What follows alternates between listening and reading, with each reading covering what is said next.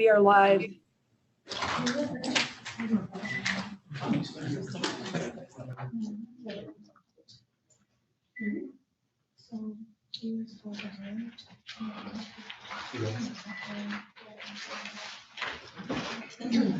like to call this meeting to order. Please rise. Or actually, first we go through the prayer.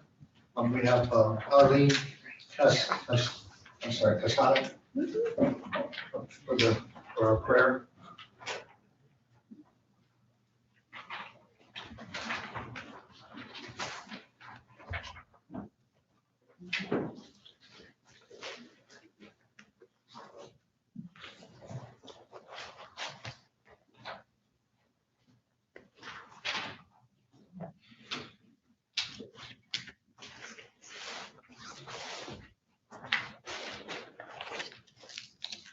And don't worry, I won't smoke this in here, but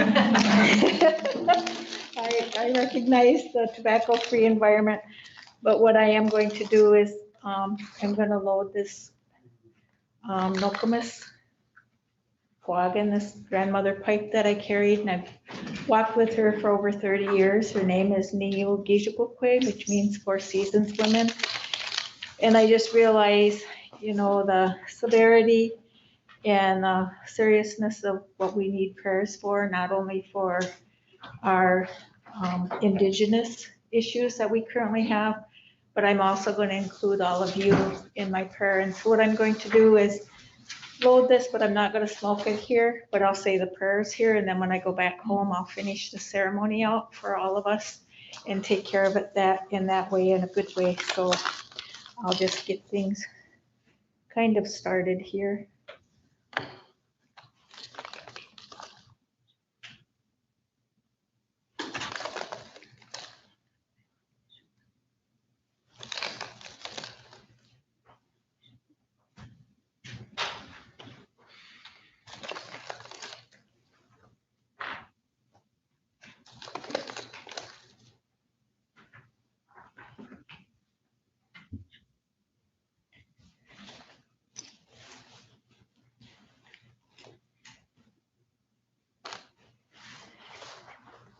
I'd like to introduce myself. I'm Hamboju Badaske Sinagukwe Dijnakas Nagizido Dame, Shawitown, Michigan, Donjima, Nana Nade and Down Dida, Traverse City, Michigan.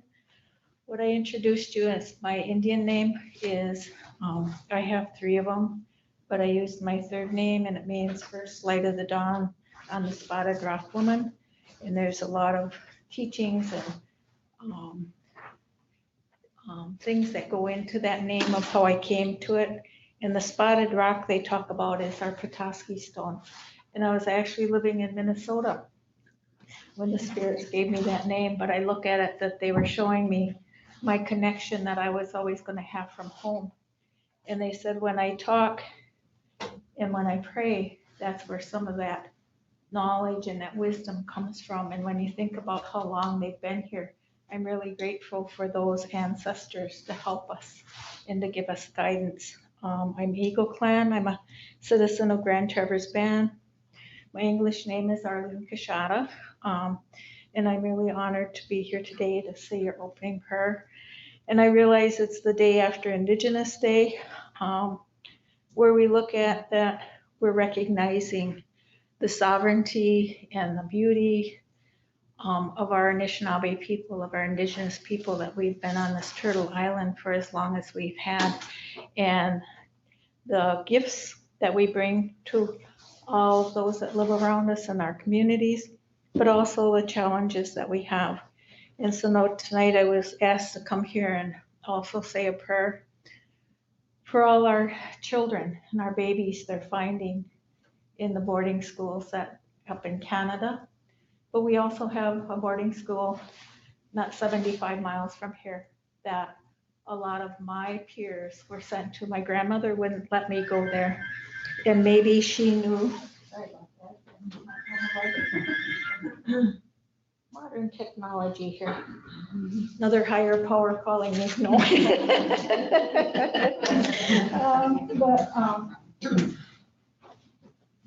So when we look at those issues, they aren't as far away as we think they are, that we can think about, oh, that happened in Canada, that happened in Montana, that happened in New York. Those kind of atrocities happen right at the Harbor Springs Boarding School and in Mount Pleasant. And a lot of our people say that they learned some good things, but some real abuse happened to our young people that went to those schools. I used to really want my grandma to send me there, and she wouldn't. And maybe somewhere in those, she knew what was happening there, and she told me to stay home, as hard as it was to be here. So I'll be saying a prayer for that and for all of our missing women and boys that is occurring nowadays, and with human trafficking and sex trafficking and things that are happening to them. And for some reason, that doesn't really make the news. And yet it's happening and it's serious. And we're all still trying to, pull together and help us find those young people, protect them. I know I have granddaughters and grandsons, and I get scared for them. They think I'm an overprotective grandma because I'm always telling them, you don't travel alone. Let me know where you are. Let me know when you come back. Let me know that you're okay. Because things happen in a heartbeat, and we're all doing a lot of grieving for those young children and babies that were, for lack of better words, murdered and killed when they were in those boarding schools. And that's a real heaviness that we have in our heart. And because one quick teaching, and I'm going to try to keep this short and sweet because I can really get gabby sometimes. But in our teachings, the reason women are respected is because we carry life. The reason we have responsibilities for doing prayers and ceremonies for the water is because we as women carry that water. The first world that any of us in here knew was inside our moms, inside that water. We're all connected to that water. And that's why in our communities, women are respected, is because we're the carriers of that life. We carry that gift that the Creator gave us. And we look at our children. A lot of times we think, well, I carried that child for 9 months. I went through labor. I brought this into the world. I made that child. That child's ours. And in our teachings, it's a gift the Creator gave us. And He looked at us and said, I choose those people to have this child. And so it's really a gift. And if we really think about gifts, we may have a necklace, or we have earrings, or we have something special somebody gave us. And what we do with that gift is we take care of it. We treasure it. We may put it someplace safe. We'll bring it out and look at it. We really value that gift. And that's the way our children are. In our beliefs, that's a gift from the Creator. So we really need to take care of that child. We need to honor them and take care of them. And we never know how long we were given that gift for. Sometimes that gift is given to us for a couple of months, years, or multiple years if we're really lucky that we get to enjoy that gift. And so what a different way when we look at our children as gifts from the Creator versus something we made and I own you, because we don't. And so that's why there's a lot of grieving and a lot of hurt in our hearts when we hear what happened to these young children that were so innocent, and they were taken away many times, and their parents didn't have the right to even say you couldn't take them. Yeah, it's supposed to be really for 3 minutes. Okay, so I will keep it short. Yep, sorry. And so that's where I just wanted to give you a brief teaching about that. And so what I'm going to do now is just start this ceremony and say some prayers, and then I'm going to finish it back home and say all the prayers that you want to say. And so while I'm doing this initial thing, think about what you want in here, because even when I go home and finish this ceremony, your prayers and your thoughts are going to be involved in this. So I'm going to, with my eagle whistle, I'm going to ask those eagles to come in here, those money dues, to be with you tonight and to be with all of us.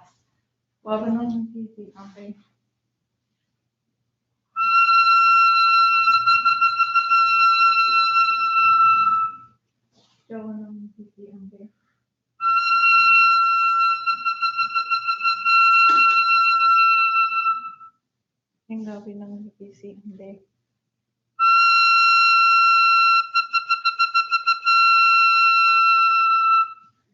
Kiwedna Mikisi Humbe.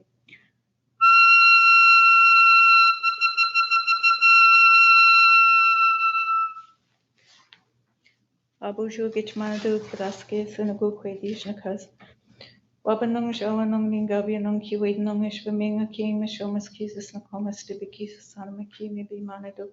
Dopana Samao Shabana Shanishnabi. Minawa Nishnabi in Iniwok Minawi Klewa. Dopana Samao Panujiams. Mikwach Nungu Mikwach Madasian.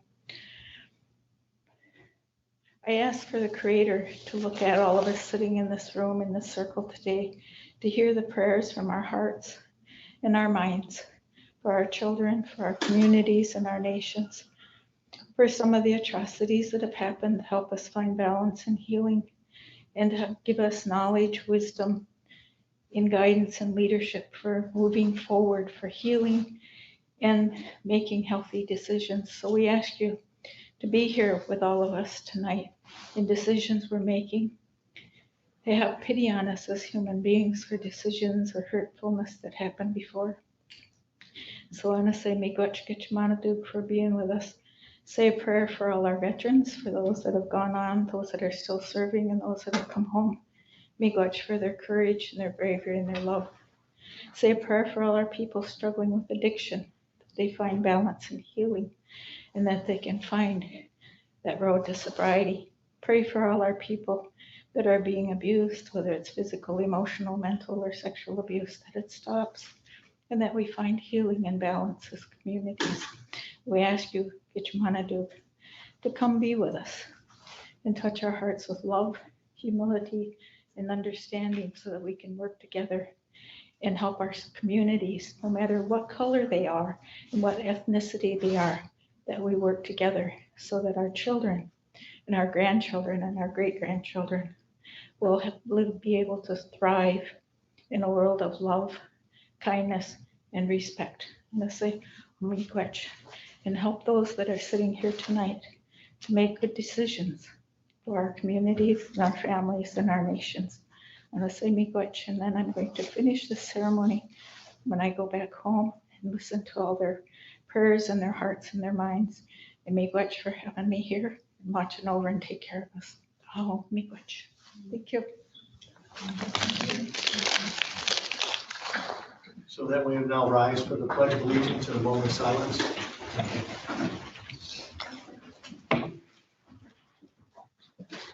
I pledge Allegiance to the flag of the United States of America and to the republic for which it stands, one nation under God, indivisible, with liberty and justice for all.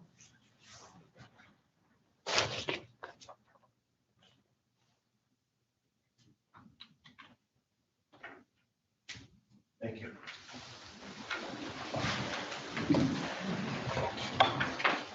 Thank you very much. Thank you. Thank you. Good meeting. Good to see you, Harlan. Good to see you. Commissioner Robbins. Here. Commissioner Rushton. Present. Chairman Donick. Here. Commissioner Wessel. Yes. Commissioner Susslow. Here. Commissioner Allgaier. Here. Commissioner Lautner. Present. All present. Thank you. So that brings us to approval of the board minutes. I would ask that we can do all but the last two. I have just a correction on the August 10th. Okay, that would be good. Did you want to- Oh, sure. It would be on the first paragraph, line 5, it's simply a typo. It's NTIA, not NITA. And But the motion is that was correct. the 8:10 minutes, That's the 8-10 minutes. that was that special session, and what should it be? It should be NTIA, and it's listed as NITA, but in the motion, it's correct, NTIA. Okay. It's just a typo.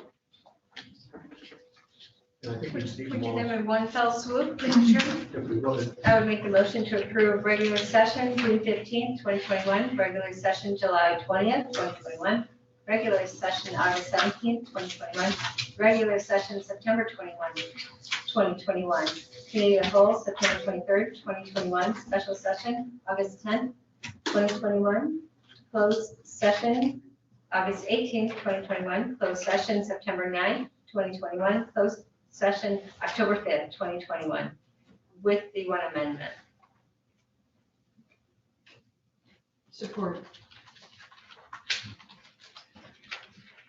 All those in favor say aye. Aye. All those opposed, the same sign. Motion passes 7-0. Thank you. So then that would bring us to approval of the agenda. Commissioner Wesson, Move to approve the agenda as presented. Support. all those in favor say aye. Aye. All those opposed, the same sign. Motion passes 7-0. Thank you. Then that brings us now then to public comment. If you have a comment, please come forward. You're limited to 5 minutes.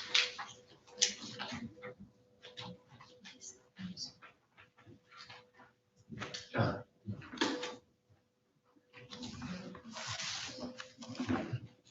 Good evening.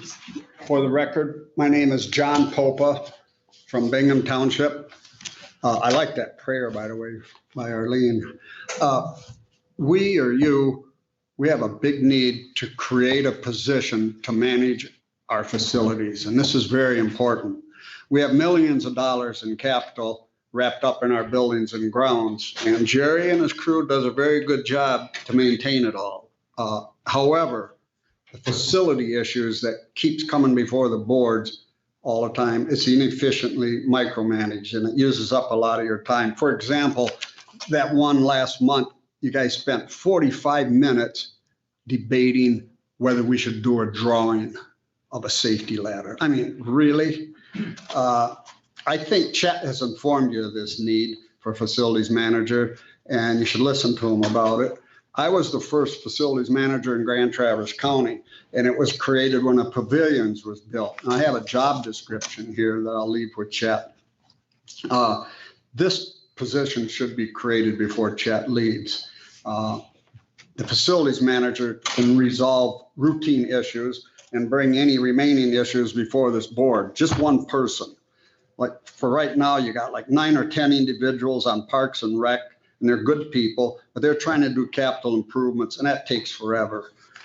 Don't get me wrong, they're good members, and they're needed, but when I was facilities manager, they came to me to repair sheds and grounds and maintain the structures and air conditioners and all that kind of stuff. They can't do it with 9 members. It just doesn't work out right. You need one person in this hot seat to bring these facilities issues before you. Including capital improvement plans, which you need. You don't need Steve, you don't need John Pope, you don't need Casey Noonan, you don't need Jerry. You just need one person to bring these facility issues in front of you. That's done efficiently that way. There's a constant revolving door, as you know, of individuals on boards, commissions, authorities, and even including the Board of Commissioners. The change in individuals has many consequences, and that's not the way to do business.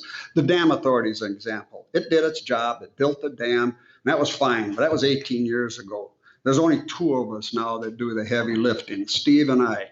Road commissioners don't need to be on it, so waste of time and money. The facilities manager can maintain that dam. You do have a legal responsibility with the drain commissioner, and that person can oversee the needs and report to you. I have a terminal condition along with Steve and Chet and Jerry. We're not going to be around here in a couple of years. It's not going to happen. And I got stacks of information, and so does Jerry. That should just be in one place so we can put our hands on it. So the citizens have $1 million of assets that need managing. Doesn't need to be micromanaged. You cannot afford to put this off any longer. I just don't think it's right. Chet has a good idea. You need to take action on it. Possibly put it on the agenda and discuss how to go about it, or let Chet handle it and then come back to you and see what he comes up with. And I'm always willing to help. I did this for a few years in a much bigger county than this. I reported to the administrator. We took care of all the minor issues, and then we just presented to the board when necessary. And again, I always say I'm always willing to help you, and you can call me if you wish. And so I think we should move forward and make this the best facility managed county in the state. I would like to say there is an additional public comment if it's about the budget hearing. So there will be another one here just shortly. And actually, it's past 7:15. Doesn't matter. Okay. So we'll continue, but if you have public comment concerning the budget, you can stay until that time, at the time of the budget, open budget hearing. So I'm sorry, we'll go back to regular public comment. Is there anyone else? Please come forward.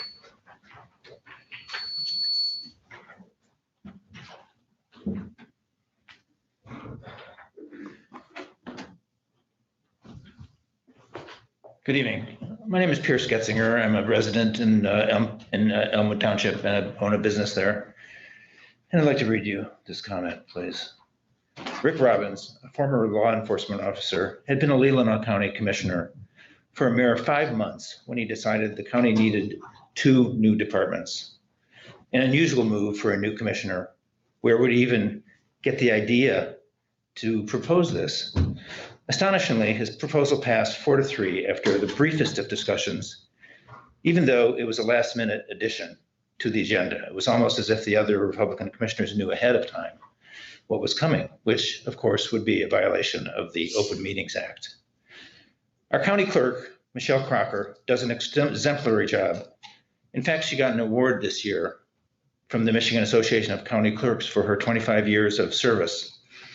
But this proposal would strip her of many of her responsibilities. Why? Why would Mr. Robbins insult her with this move? What is the rationale behind the new departments? What problem will they solve? Robbins did not discuss his idea with Mrs. Crocker and made the proposal on a day when he knew she would not be at the BOC meeting. Bad judgment or just plain cowardice? Also, why would he make a proposal with no known purpose and which had a $200,000 price tag, especially since he was such a penny pincher when it comes to other budgetary matters. One can't help but wonder if Mrs. Crocker does her job too well. Her honest and above board handling of the last election did not set well with some. It was also interesting that she discovered the sheriff had misused a county credit card. I was struck with the photo of the Commissioner Robbins getting a boat ride on the sheriff's boat to Manitou Island last week. Robbins seems to be out to prove that no good deed goes unpunished. Personally, I think he should go back to being a deputy sheriff on the snowmobile beat in Kalkaska, which was the job he had before they suspended him for spending too much time in topless bar while on duty. Thank you.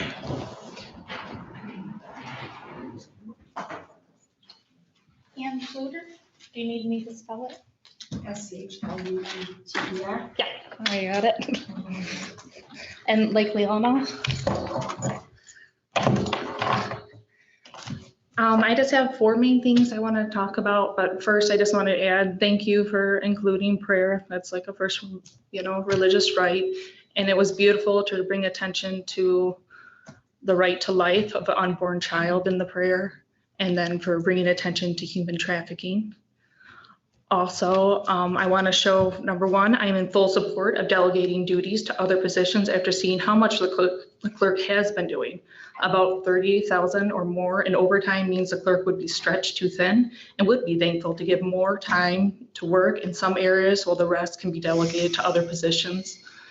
And then 2, I want you to please look at the maximum height of the tower that is to be raised, just to see what the height would be without including lights, because it is overlooking people's homes, and that means those lights would be shining on them all day long. Just look into that, just the height. And then 3, I'm just excited, and I think we need to try for more local tourism opportunities by celebrating Columbus Day even more. This wonderful federal holiday where federal employees have the day off. Maybe we can get our local Knights of Columbus to always do a pancake breakfast. Oh, thank you. Because it really does represent our area, a high population are part of the Knights of Columbus. We really should be celebrating people's accomplishments and not victimization. Have our own generation strive to do greater things, not be victims. Columbus found new ways to navigate and was brave to try a new voyage. It took him 6 years to save up the funds to do that voyage. And his first voyage of 3 ships, the Nina, the Pinta, and the Santa Maria, were being at the sea for nearly 2 months. And Columbus even faced anxiety from his crew. They were expecting to be there and find land between 4 or 5 weeks. and they actually became mutinous and threatened Cumberland to throw him overboard during that time. He prayed to God. And with that, it is the letters that has been preserved among his personal historic records. Cumberland wrote that God inspired him to make a deal with the Spanish crew to stake his life on it and asked for 3 more days. If land was not sighted, the crew would have their way with him as they wished. As fate would have it, in the early hours of the 3rd day on October 12th, under the light of the moon and the stars, look out the ship of the Pinta gave a long-awaited signal of light, and they could see the land. Columbus never set foot on the soil of the U.S., but on the Americas. Columbus was at heart was simple but ambitious individual, a seafaring explorer and evangelist. Columbus' perseverance and courage is a transatlantic feat, is crossing the vast ocean, inspiring successors from the Northern Europe, and be transformed by the Protestant Reformation of the ideas of equality and freedom. This is worth preserving and celebrating. And I quote to you, now, therefore, I, Joseph R. Biden Jr., President of the United States, hereby proclaim October 11, 2021 as Columbus Day. I direct the flags of the United States to be displayed on all public buildings on the appointed day in honor of the diverse history and all that it contributed to the shape of this nation. And 4, locally here, about 5 years ago, Indigenous People Day was acknowledged on October 1st. Why not honor the land on the day and not be overshadowed on Columbus Day? Always trying to put the two against each other when they both should be honored on their own. Why wasn't anybody doing anything on October 1st? The celebration of accomplishments is what needs to be preserved to inspire others. Columbus Day brings everyone together as a patriotic holiday, just as Biden said. Thank you. Anyone else? Please come forward.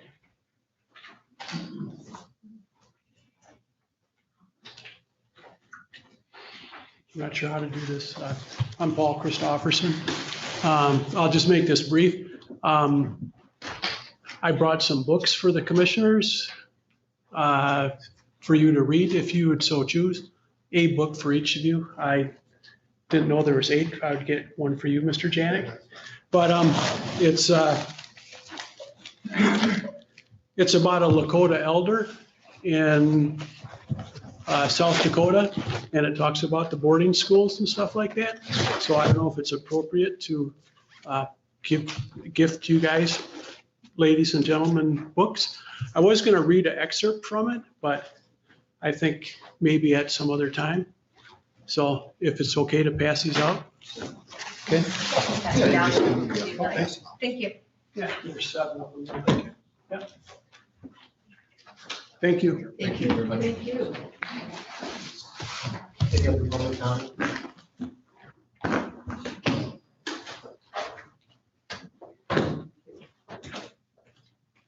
Laura Tarsa, Solon Township. Just a quick comment. I have concerns about the tower, and in particular that there are already efforts and drawings and requests for bids when supposedly nothing is in motion to be done. But I've been trying to find more information on that, and I have not been very easily finding anything. So the towers going up another 100 feet are a concern, and I would hope that that would be something that before anything else is done, that the local adjoining landowners would be aware of what's happening or even being discussed, and that has not been happening. So I'm wondering why. That's all I have to say. Thanks. Have a good day. Thank you. Any other comments? Yes. My name is Charlene Vershave from Solon, and I have a copy of my comments for each one of you. Sorry if I approach. Just give me a chat and you'll pass it on. County Administrator. Thank you. This is regarding the mask mandate and the vaccine mandates coming up. I'll try to be brief. I'm not going to be able to read through all of this, but thank you to Commissioner Lautner for calling this to our attention. As oxygen is our first basic need for physical beings to survive, and approximately 3 minutes without it causing a certain death. Children are struggling to gasp for oxygen for 7 hours a day while at public school as they recycle their inhalation with their exhalation of carbon dioxide. Of course, I'm against the mask mandate. It is causing fatigue and other health problems due to limited oxygen intake over a long period of time. The mask mandate is just a portion of a much greater public health problem over the confusion of proper immunity to COVID-19. The dubious and ineffective way the novel virus was handled from the onset is in the spotlight. Now, there's plenty of headlines that I encompass, and I cite a ton of sources on this. I'm just going to paraphrase some of this. But in August of 2019, I became very ill with an infectious illness for almost a month before I realized it was breeding in my sinuses when I procured the proper and safe cure that exterminated it within 3 days. I said many times through this illness, coming from my innate knowledge base thus far, that it felt manufactured and it either came from bats or mice. 3 months later, a narrative began about the new novel SARS-2 coronavirus, fondly known as COVID-19. I discovered many people had already experienced it before the narrative began. March 2020, university professor from Cambridge, UK, geneticist Dr. Peter Forster validates that the virus had started earlier than the narrative began. And I won't go into all of that. I'm just going to paraphrase some of this. Learning this, I wanted to be tested to see if I had antibodies present. I paid out of pocket twice. That resulted in negative tests. I quickly discovered that the antibody tests made available were only antigen tests that detect present or recent past infections. I knew I needed the S1, S2 protein and quantitative serum test in order to detect my antibodies. The FDA and the pharmaceutical vaccine manufacturers have garnered the antibody test for vaccine development and have intentionally withheld the correct antibody test for all Americans. I am still waiting the release to the general population of the IEQ COVSN-I small g big G and an S1RBD protein quantitative serum test, IgG meaning long-term immunity protein cell assay. That determines whether, and so onward we go about natural immunity and being discriminated against because I don't vaccinate, okay? I don't vaccinate, and you read on, you know why, but I've spent a whole lifetime studying all of this stuff, and it's my body, I choose not to, and I feel like it's the right choice. So onward we go with breakthroughs. And here's one here where, from Health and Science, Dr. Fauci says, on February 4th, 2021, Dr. Fauci says it's important to wear a mask even after getting the COVID vaccine. Here's why. That's because researchers are trying to determine whether the drugs prevent people from spreading the virus to others who aren't vaccinated, he said. And we go on. 21,000 tested positive in 1 week after first vaccine dose. Most fully vaccinated people who get COVID Delta infections are asymptomatic. That means you have it and you can spread it, even if you're vaccinated, okay? These are a plethora of, these are from Health and Science, The Hill, CNN. You know, these are from your main headlines. NBC Chicago, 159 dead, 593 hospitalized in Illinois. Illinois breakthrough COVID cases. CBS News, CDC says pivotal discovery about Delta variant prompted new. Okay. So anyways, I think that more time needs to be allotted to discuss the mask mandate and the potential mandate for children having the mandated vaccines, because we have much to unpack on that. Thank you. Any other public comment? Seeing none, we'll move on to the public hearing. At this time, we'll recess this meeting and open the public hearing. We have at this time, so we'll have a final staff report. Well, I'll just start off by saying, especially for people in our audience, this is our budget here, the book here. And the commissioners spent many, many hours from June, July, August, September going through this. So thank you for all your time spent during summertime. Many of our, I think all the budget meetings were during the day. So it's a real time commitment for all 7 of you, which we appreciate. And obviously, it was a major effort for Michelle and Jen to put these books together and then make changes based on decisions made by this board. So Jen, at this time, would you like to give just a general overview of the budget? Sure. Jen's gonna move up to the front, and I'll just start with the general overview. For 2022, we have a proposed budget of $14,837,000. We have used just shy of 1.6. Let me get to the number.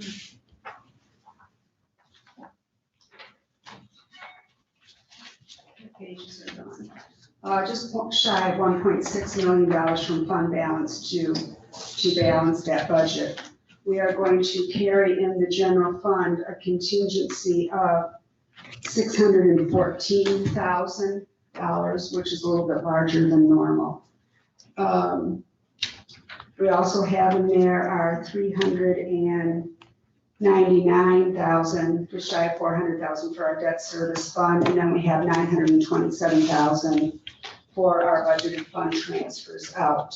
I did ask Jen if she could bring it and go over each for the public for any questions. What is in the budget that is new, because that is a question that always comes up, and she has the detailed list over there, so if she could review that with you. Within the 2022 budget proposed to adopt, the first 2 changes are new directors, wages and fringes for human resources and finance director. Those total an approximate $179,651 without the usage of space and or telephones. The prosecuting attorney, assistant prosecutor did get a $12,000 step increase. To offset that, the prosecutor's office cut their budget, and the net result was $426. The county clerk will have an added staff of an administrative deputy clerk. That's $59,921 for wage and benefits. The Register of Deeds requested a part-time position to a full-time position. The difference in that budget is $30,630. The dam needs repairs, and so the additional for 2022 is $18,000. The increase in the contingency line item, normally kept a little above 3%, is for a possible purchase of a marine patrol boat, and that's 1/3 of the total price in hopes of 2/3 of donations for a total of $167,000. The total increase to the general fund is $455,628,000. That's the number that's reflected with Michelle in the balance forward to balance the general fund. Any questions? There was a couple of new positions in the, a couple of new positions in senior services. Yes, so senior services is actually wrapped up in your 2021 to be adjusted, so then that follows through in 22. So it's an increase, but we saw the increase this year and it's going to continue next year. That's correct. Thank you. Mhm. Any other questions? Good job. Thank you. And really, the commissioner's questions should come on the agenda. This is for the This is public. for public now. Oh, so sorry. That's okay. I think one thing's important for the public is, at least since I've been here, the board has been very conservative, and our revenue estimates are usually much lower than the actual revenue that comes in, and our expenses are estimated to be much higher than usual, the actual. So it's important because sometimes those numbers look overwhelming when you look at the potential deficit. But since I've been here, every year we have balanced our book, with the exception of 1 year, when we spent money on repairing the roof next door, the HVAC, and part of the HVAC here. So I think it's important, because if you just look at those numbers, it can be overwhelming that we're deficit spending, but really 9 of 10 years I've been here, we have ended up in the black. And then when we didn't, it's because we made some choices to make some major repairs. So I think that's important that the public know that. So then we would move on to public comment. Okay. Mhm. Yes. Now, we're at this time, we're public comment concerning the budget hearing. Please come forward with any public comments.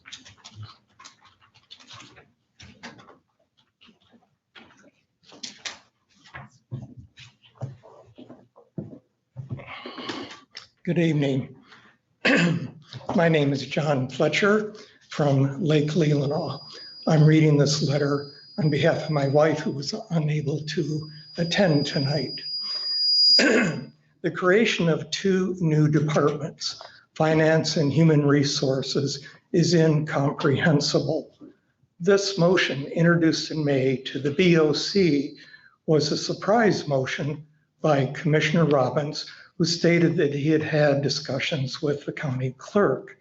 He alleged she was overworked, which affected her health.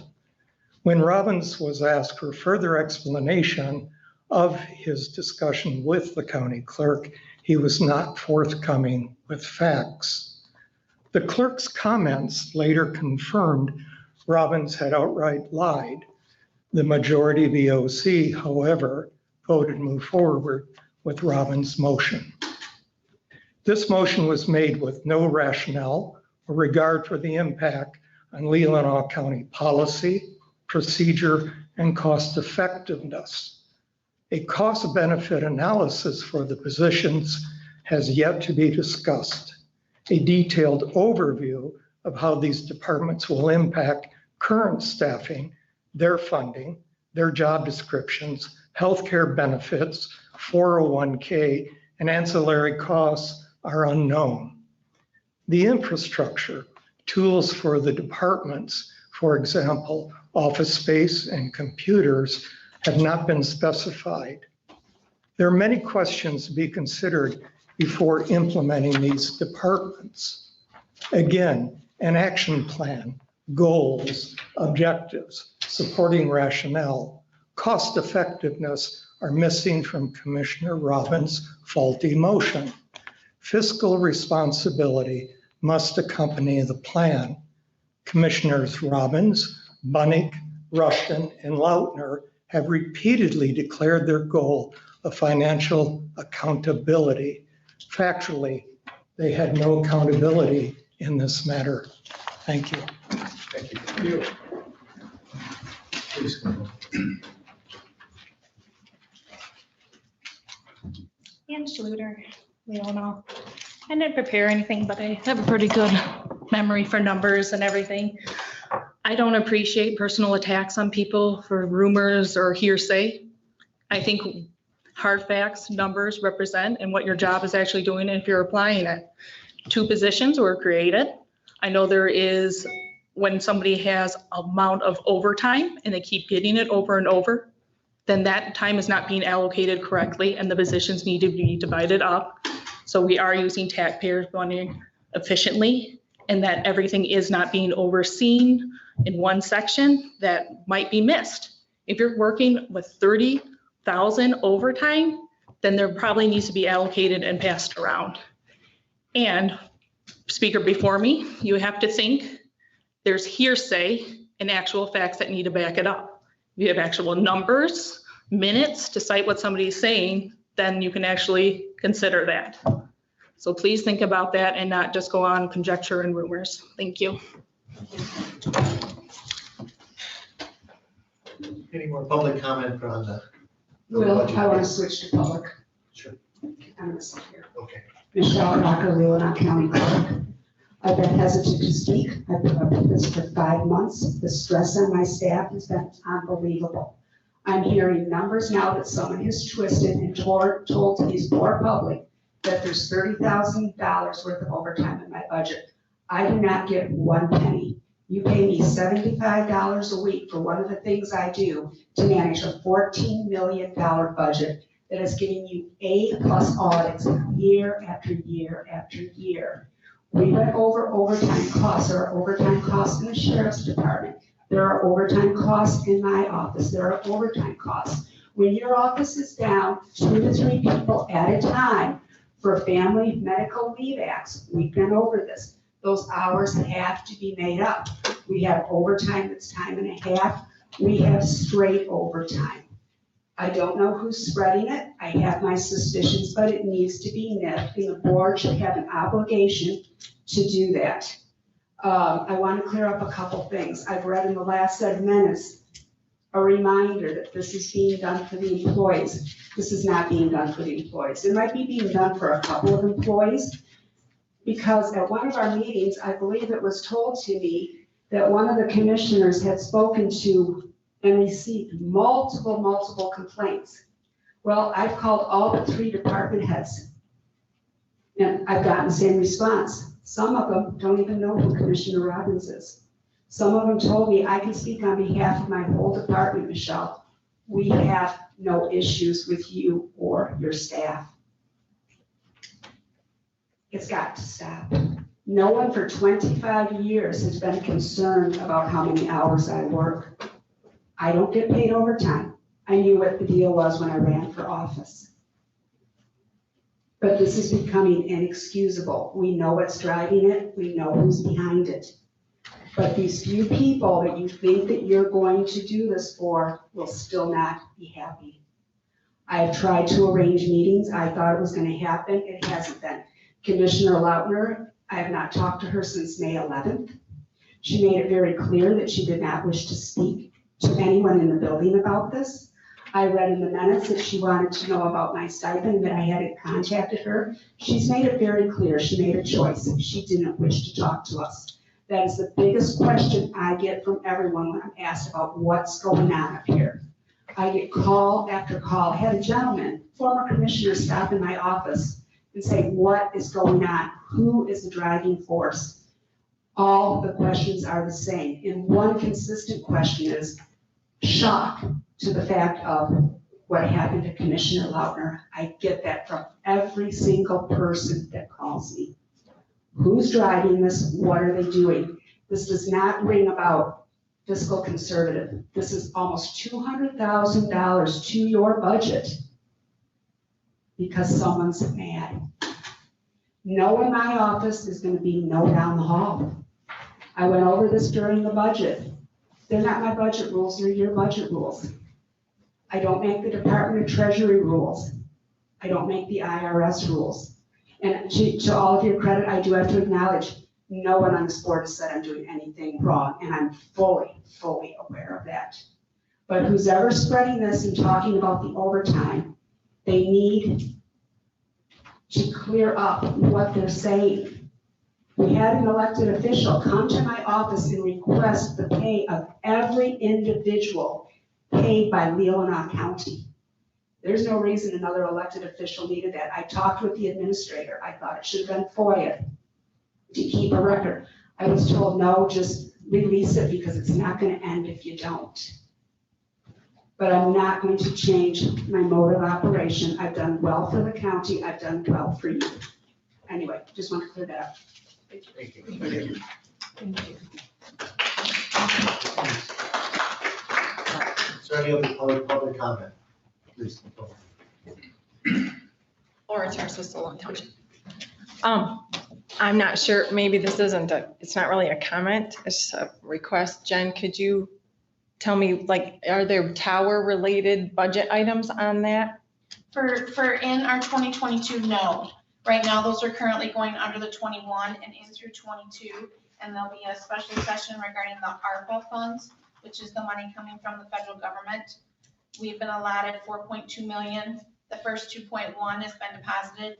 And so looking at tower enhancements have come through that. I know Check County Health as well, but that's Actually, it's on the agenda as the next issue. That, I recognize that the bids, so all of the work for the tower is.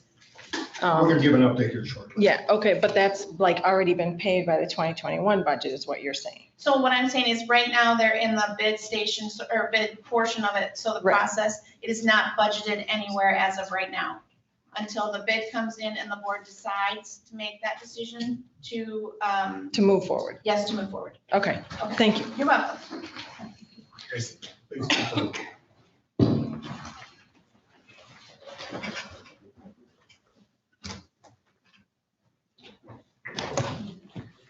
Do we have 5 minutes like for this? Okay. Hi, my name's John O'Neill. I live in Cedar, Michigan. Lived in the county for some 40 years.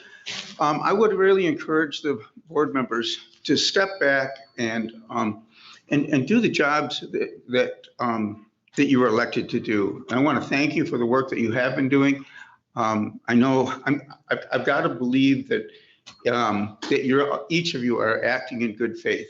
But I ask you to take that a step further and act in good faith towards the voters. I think the voters had a reasonable reason to believe that most of the people on the board are fiscally conservative. And I'm really upset about the idea of spending almost $200,000 on 2 new positions when the jobs that are being done by the current staff are not only being done adequately, they're being done very, very well. And the audits show that, all the reviews, personnel reviews show that. These 2 new positions are a solution in search of a problem.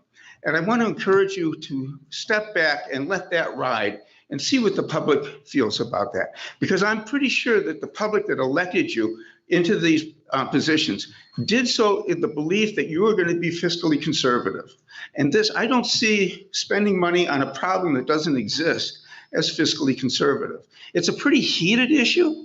And I want to try to lower the temperature so that you just go based on the evidence. And the evidence is we don't need 2 new departments.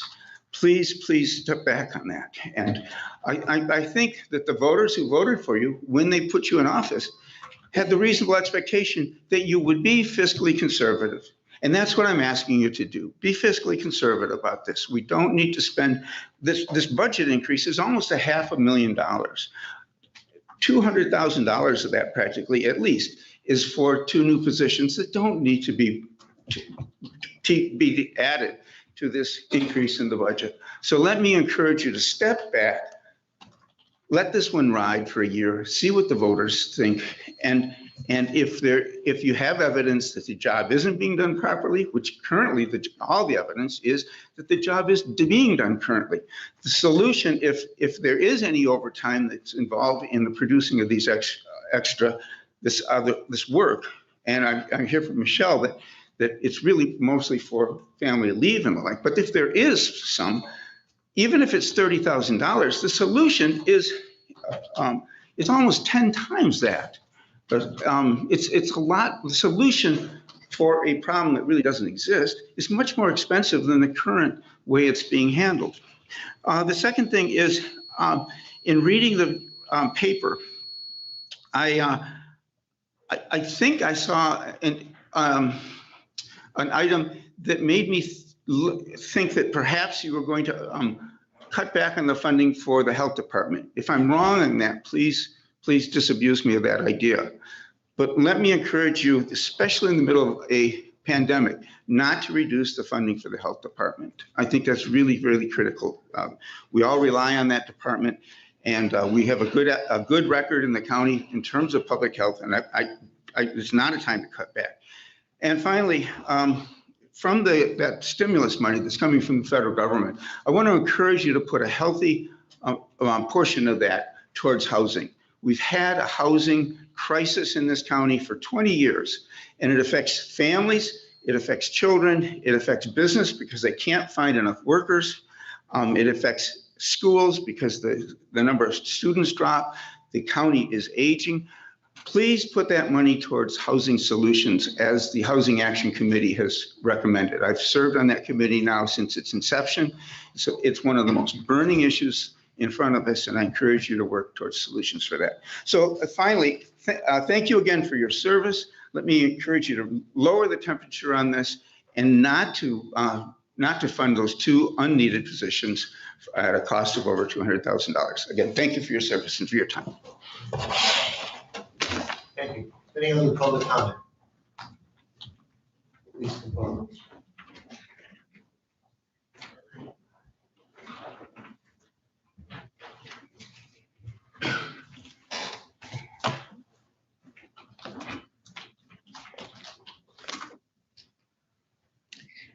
Hello, I am Jackie Anderson from Bingham Township.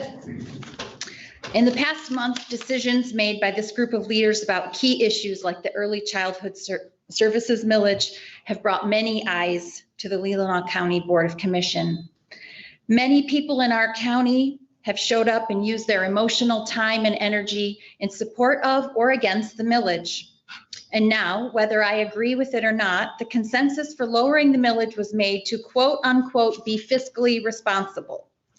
So I find no logical reason to be adding 2 new positions to our county staff, especially with no job descriptions or specific qualifications established.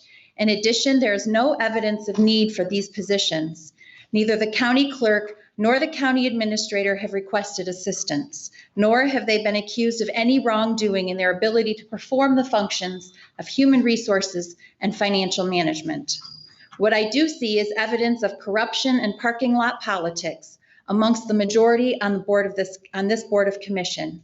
I see a sheriff who has been called out for discrepancies in his financial reporting and then posing for pictures in the newspaper with the very commissioners who are proposing these staffing changes.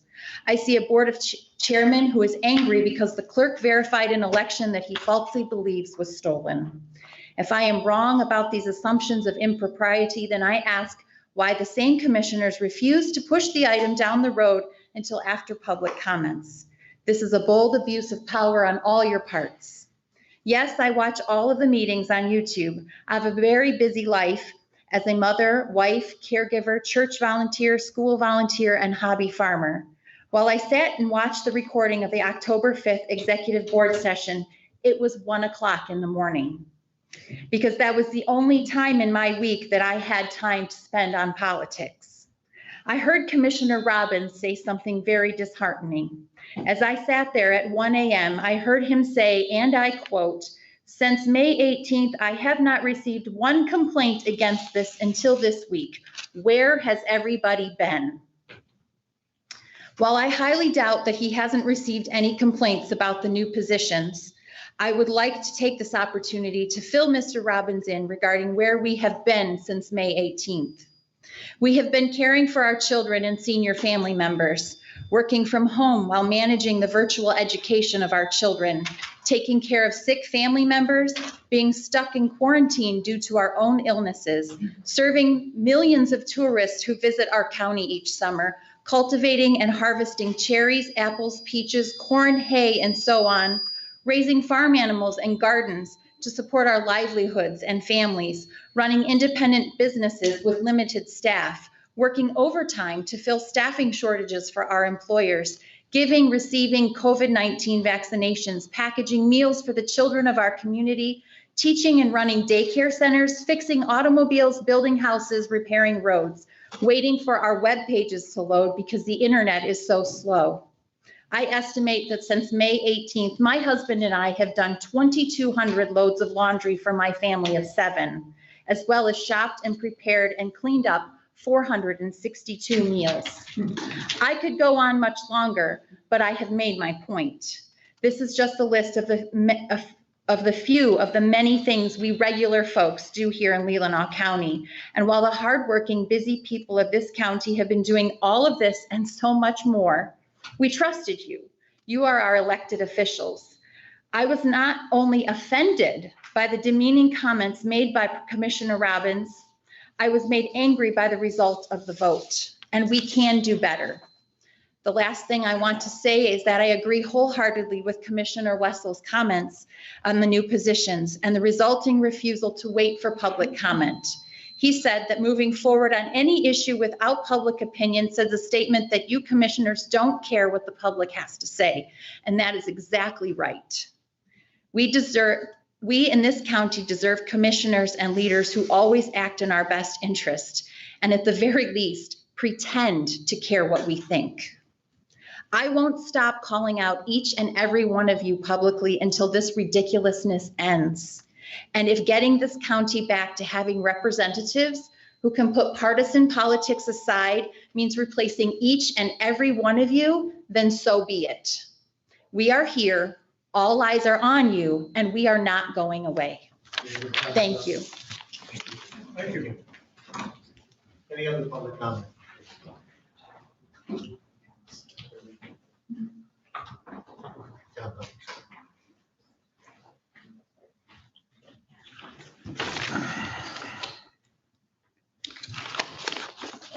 Good evening. John Hunter, Bingham Township, District 2.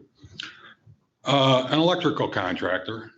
a large business owner, a part-time farmer, full-time politician, and a process server. None of these occupations hold an advanced medical degree. Yet here you are presuming to fund the Leelanau Board of Health simply for political reasons. You have shown your contempt for science and your lack of concern for Leelanau's residents in so many ways these last 18 months. It's truly unbelievable. It seems there have been numerous attempts made by Commissioner Lautner to involve the county's corporate council in regard to BOH policies that she and others don't care for. And now she is concerned about, to use her word, whatever. Presumably looking for any hint of fiscal malfeasance, I suppose, while at the same time she is supporting a greatly expanded and costly county government reorganization. Michigan has seen 3 months of increases in cases and hospitalizations from the virus. Each day in the previous week, more than 375 children younger than 12 were infected with the coronavirus in Michigan. Coronavirus cases in K-12 schools accounted for 56% of all known new outbreaks statewide last week, more than in every other setting combined. In all, new and ongoing outbreaks and clusters affected at least 104 schools, causing children to lose instruction time because of illness or quarantine. Each outbreak was estimated to affect as many as 87 students and school staff members. Even though some of you have served on the Board of Health Committee before, perhaps I should refresh your memory about some of the rest of their mission. The Leelanau Board of Health also assumes responsibility for the land disposal and wastewater management. Over 90% of residents in Benzie and Leelanau County utilize on-site sewage disposal and on-site residential water supplies. Protection of our lakes, streams, and the water we drink is promoted through the proper installation of individual water wells and the monitoring and regulating of Type 2 water supplies to ensure safe, usable groundwater. They handled, on a per capita basis, more on-site septic and well permits than any other environmental health division in the state of Michigan. Theirs was one of 3 in the state chosen to pilot a field evaluation component of the on-site sewage program accreditation. Food protection.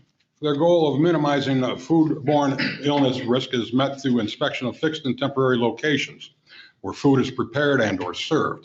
And just today, they posted a notification on their website of a nationwide food recall of a canned beef product with gravy that may have too much lead in it. Community health and safety. These areas include swimming pools, licenses, FIA facility inspections, campground licenses, and the licensing of septic haulers. They also answer questions and are aware of vector-borne diseases such as West Nile virus, rabies, Lyme disease, bovine tuberculosis, and chronic wasting disease.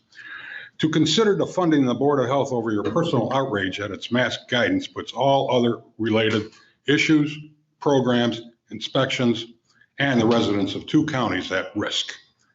It is never a good time to withhold funds from a county health department, especially now, as this virus shows no signs of magically disappearing anytime soon.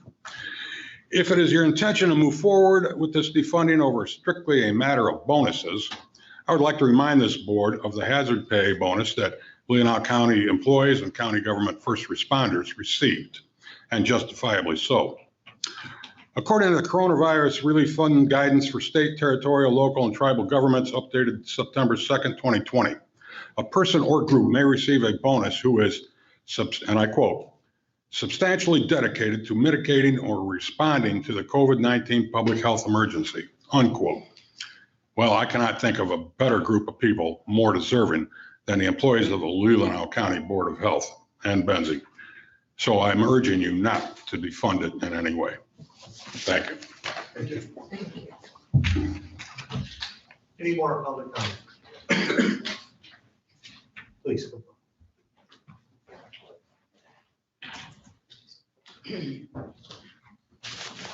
Karen Semitis, Leland. I hadn't really prepared anything, but listening to the previous speaker, I am absolutely so tired of hearing of statistics for the state of Michigan when Leelanau County is what we're here to talk about, and they're totally, totally different. I want people up here talking about Leelanau County statistics, not the state of Michigan. It's very uninformative for us and gives us nothing to compare with when you do that. So I'd appreciate that if people would do that when they're up here talking.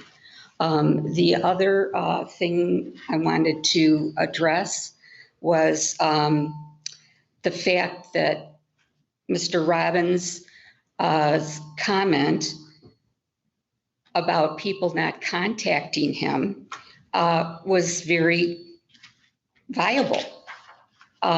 He certainly didn't hear from people. So what is the problem? He knows people are living, doing their jobs. He didn't need to be told for 3 minutes what people were doing. It's a waste of our time. And I think she could have used it better to make her points that she's trying to. I just sit here through meeting after meeting. People get up here and tell you what you should be thinking or doing, and they do not have the big picture that you have as commissioners. They do not have all the information that you're privy to. They have not spent the hours that you all put in, and their opinion is their own opinion. As I say, they don't have the information for the big picture. That's what you're here for. If they don't agree with you, then before they vote for you, they need to talk to you. They need to look into your views, your background, so that it will agree with them as they're off living their lives, which they need to do. And I just thank you all very much for being our commissioners, putting in the hours and hours and time that you put in concern for us. Thank you very much. Thank you. Please come forward.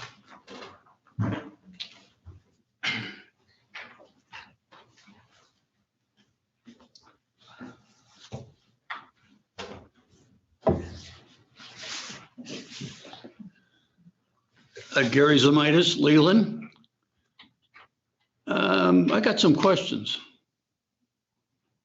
Who here doesn't like little children?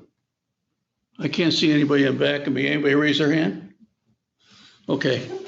Who here wants their taxes raised? I can't see anybody in back of me. Anybody raise their hand? If you did raise your hand, go down to the treasurer's office. He'll be happy to take some of your money.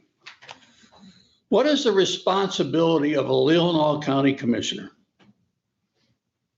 Over the past few years, in talking with some of you, these are some of what your answers were.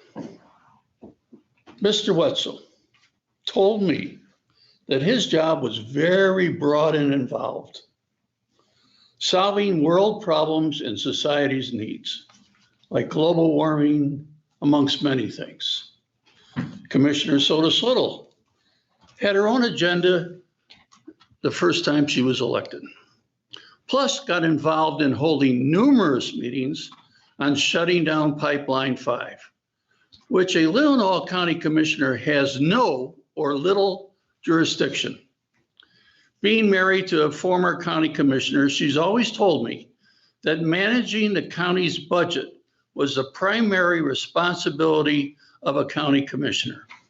Making sure things balance, not overspend what the taxpayers' money is available, trying to spend prudently and save money. Addressing the subject of early childhood development. I personally attended several meetings before the election of that item. I listened intently, asked questions that were seldom answered. How will the money be spent? In detail, the answers, if any, were vague and always changed from meeting to meeting.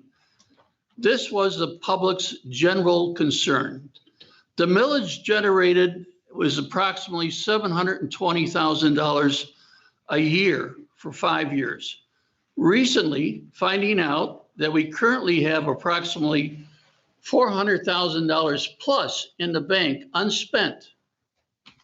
Receiving a copy of the Leelanau County Department of Board of Health, their 2022 budget, they asked for approximately $200,000 less than the original millage would generate. Makes little sense to me as a taxpayer. Mr. Bunnick suggested lowering the millage for the budget year 2022. Since he believes it would be sufficient, we would have a sufficient amount of funds to pay for the program in 2022.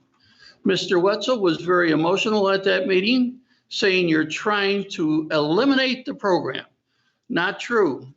I applaud Mr. Bunnick for his efforts to help the taxpayer and the children of Leelanau County.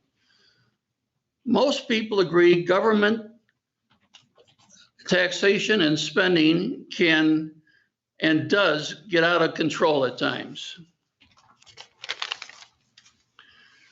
It's unfortunate that so many people at that meeting of the county board were void of a lot of facts relating to the millage reduction proposal. They were only given the information from only one side of the discussion. As it turned out, a compromise was reached and a vote of 7-0 was approved. Neither side was totally happy. Mr. Bunnick is a very good man, a leader of the County Board of Commissioners, and I and many, many, many others are proud that he stands for all our citizens in the county. Thank you. Any other public comment? Seeing none, then we'll close the public hearing, public budget hearing, and resume our statutory annual meeting. So at this time, then, we would go to communications, proclamations, and presentations. Please. We stand here on Turtle Island, our precious fruit, this beautiful land of Michigan, cherished and maintained for generations by the Anishinaabe people. We wish to recognize those whose traditional land we are gathered upon today as the land on which the Grand Traverse Band of Ottawa and Chippewa Indians have resided for thousands of years. To recognize the land is an expression of gratitude and appreciation to those whose territory we reside on, and a way of honoring the Indigenous people who've been living and working on the land from time immemorial, existing since beyond the reach of memory. It is important to understand the long-standing history that has brought us to reside on the land, and to seek to understand our place within that history. We thank the Anishinaabe people for allowing us to be here today. And I'm honored to be able to read this tonight. Thank you. That will then bring us to Northern Lakes Community Mental Health and Agency update. Good evening. My name is Joni Blamer. I'm the interim CEO for Northern Lakes Community Mental Health, and I want to thank you for having me. I can't hear you. Oh, okay. Well, maybe I'll move these a little closer. Try wanting it as long as it doesn't. Is that better? Okay. So good evening. My name is Joni Blamer. I'm the interim CEO for Northern Lakes Community Mental Health Authority. I appreciate you having me here tonight. I had brought Ashley Poinio with me as a person of lived experience. She needed to leave to get her child, but I do have her statement, so I'll read that to you later so that you can have an understanding of someone who experienced mental illness and has been on a road to recovery. So I want to be very respectful of your time. We sent a packet of information, and in the packet of information, you'll find our annual report, some financial information that's specific to Northern Lakes, and then some informational items. So today I want to focus on the Medicaid dollars because it's the Medicaid dollars, your local match dollars that you provide to us that allows Leelanau County to draw down the Medicaid dollars and thereby services to your constituents. And so I don't want to regurgitate all of that, but if you look on page 1, the first page in your document is an overview of all of the services that we provide. And it's kind of in a grid format, so it breaks down county by county. But for the sake of time, I want to focus on page 2, which is Leelanau County. So in Leelanau County, you'll see that we have provided services to 100 individuals with adults with mental illness, 22 children with serious emotional disturbance, 4 children with intellectual developmental disabilities that we refer to as IDD, and then 46 adults with IDD. You can also see that our largest cost for Leelanau County is residential and community living supports. So these are individuals who need up to 24 hours of care to be able to live independently. And in doing so, we provide the services. They get community inclusion. They may need help and assistance with daily living skills, the bathing, transitioning for toileting. And we also, as you can see by this pie chart, we do bear the cost for your inpatient psychiatric care, and that's about 5% of care to your constituents. You can see that our total for your county in services is $3.1 million. On page 3, it kind of brings us back to the overall. You can see across the board for Northern Lakes Community Mental Health, $32.8 million is provided to that residential community living support. That's about half of our $61 million of Medicaid services that we provide in the 6 counties that we have service in. By far, our goal is to assist people in their recovery and allow them to have the highest quality of care and the highest quality of life that they can have. And we do that through an individual plan of service that they set their own goals and they get to live the life that they want to live. It's driven by their choices. I also want to take a moment to share with you some of the things that we've been working on in the last fiscal year, some of the things that we have unique here to Leelanau County and also the services that we have in all of our counties.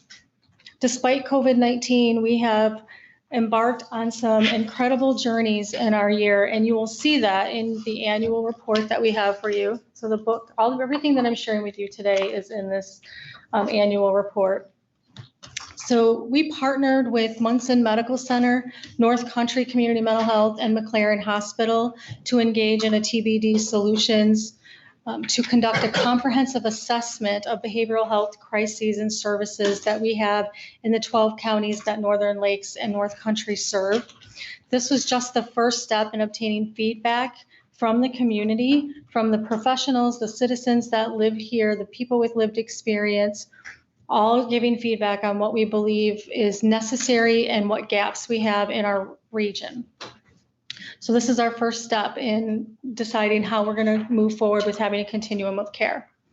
We sought grant opportunities and we've partnered with the community to begin work on developing and implementing a community crisis center that will be located in Grand Traverse County, and it will serve all residents in the 6 counties that Northern Lakes serves, which is Leelanau, Grand Traverse, Wexford, Missaukee, Roscommon, and Crawford.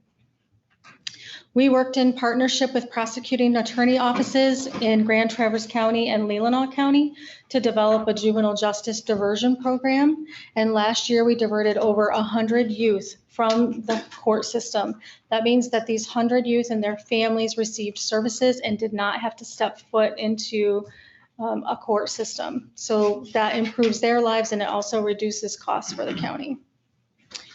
We have expanded our behavioral health home services, which is a comprehensive care management and coordination services program, which is designed to improve healthcare for people with behavioral health issues by transcending traditional barriers through the process of infusing physical providers with behavioral health providers and those systems of care that are providing services to them.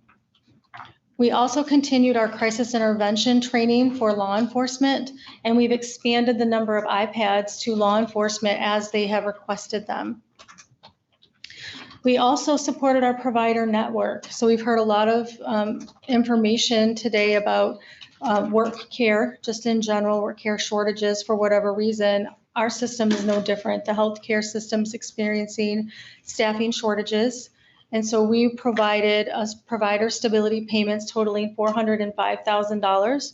And we also implemented a $2.35 hourly increase to direct care workers. So we've been very busy working on things. We've done this while maintaining our low overhead cost rate of 6.6%. So we believe that our efficiency is demonstrated in that number because we've learned how to navigate the complex situations that we face and the care situations that people require in navigating the healthcare system. We still have challenges, just like anyone. Our primary challenges really are the limited resources, the ability to recruit and retain healthcare professionals, and also the risk of losing staff due to low wages in this field. So we are consistently looking at that to see what we can do. But overall, from the economic perspective, all of the good work that we do can be seen in the economic impact that Northern Lakes has for the communities that we serve. And on the last page of your annual 2020 report, you will see that we have supported more than $146 million in total economic activity. The direct impact of that is $73.7 million, and the indirect impact is $72.4 million. And that indirect impact is the result of state and income taxes being paid, property taxes, as well as people buying local goods and services in our communities. And as I said, being respectful of your time, I did want to share Ashley's story because really the reason that we're here is to help people overcome challenges that they face. And Ashley has been a person that's been on a recovery journey for a few years. And so I'm going to read her statement to you that she was trying to read to you earlier today. She said, "Hello, everyone. My name is Ashley, and I'm a peer support specialist at Northern Lakes Community Mental Health. I took the position in July of this year. I would like to tell you a little bit about myself and how I ended up here in front of you today. It wasn't an easy road to take, but it wasn't always that way. My childhood was basically easy and trauma-free. I did grow up watching my own mother struggle with her own mental health issues, which she remedied with medication and therapy. I lived in a two-parent household where I was loved and provided for very well. I went to a good school and I had lots of friends. One of those friends had a mother who often went away for the weekend, leaving us with a handful of pain pills on the table with a little note saying, 'Have a fun weekend, girls.' This regular weekend youth started at the age of 12. It brought me to a place where I felt confident and rid of all anxiety. I could finally speak and not feel like others were judging. Every word that I said was stupid. All through high school, I spent my weekends using whatever I could get my hands on, and my parents had no idea. Before I dropped out of high school, halfway through my senior year, I was able to get my nursing assistant license at the Career Tech Center. I moved in with a friend that I mentioned earlier so I could do whatever I wanted. With my parents no longer able to advise me who to date, I started spending time with guys who were nothing but trouble. Eventually, I met the father of my kids, and he was kind and considerate and appeared to be different from the other guys. After being together 4 short months, I found myself pregnant with my daughter. Our relationship quickly changed. I suddenly found myself the victim of mental, physical, and sexual abuse. I was isolated from my unborn child. I gave birth to my daughter and quickly cycled back into using pain medication on the weekend. And then a year and a half later, I was pregnant again and I quit using once more. But after having my son, I began using every day. I justified it by saying that being a nursing assistant was hard on my body and I deserved pain medication. Eventually, I discovered Adderall, which only fueled my to do it all mentally. I was now able to get more done and experience no pain while doing it. When my kids were old enough to speak and fend for themselves, I left the abusive relationship with their father. I will give him credit for being a good dad. but I moved back in with my parents and had 50-50 shared custody with my ex. I was now back in my hometown and connected with some friends from high school. I was reintroduced to heroin and meth. I lost my job at the nursing home where I had been employed for 10 years for calling in sick too many times. When the heroin ran out, I found myself extremely ill with withdrawal on a regular basis. It was hard to maintain employment, but I did manage to find a job. On the weeks that I had my kids, I would work at an assisted living facility, and the weeks that I did not have my kids, I worked at the assisted living and also sold drugs. I was able to maintain this for a couple of years, but eventually the job of selling drugs became too demanding, and I quit my job at the facility to do that full time. I had to do whatever it took to stay well, so I got involved with some shady people. One day I found myself very ill. I was so sick I couldn't leave the house. I assumed that it was because I was having withdrawal. I arranged to drop off my kids at my cousin's house so I could leave to pick up something to make myself feel better. We didn't make it very far before I blacked out and rolled my car. Thank goodness my kids were okay, but I was taken by ambulance to the hospital. After many tests, it was discovered that I had an infection in my blood. I was septic. I was told that if I had used heroin that I was on my way to get, I would have felt better. I would have gone home and went to bed, and I wouldn't have woken up. The heart surgeon told me that my kids would have found me dead the next day. I was an IV drug user for the last 3 years of using. I didn't share needles ever, but I did reuse my own dirty needles repeatedly.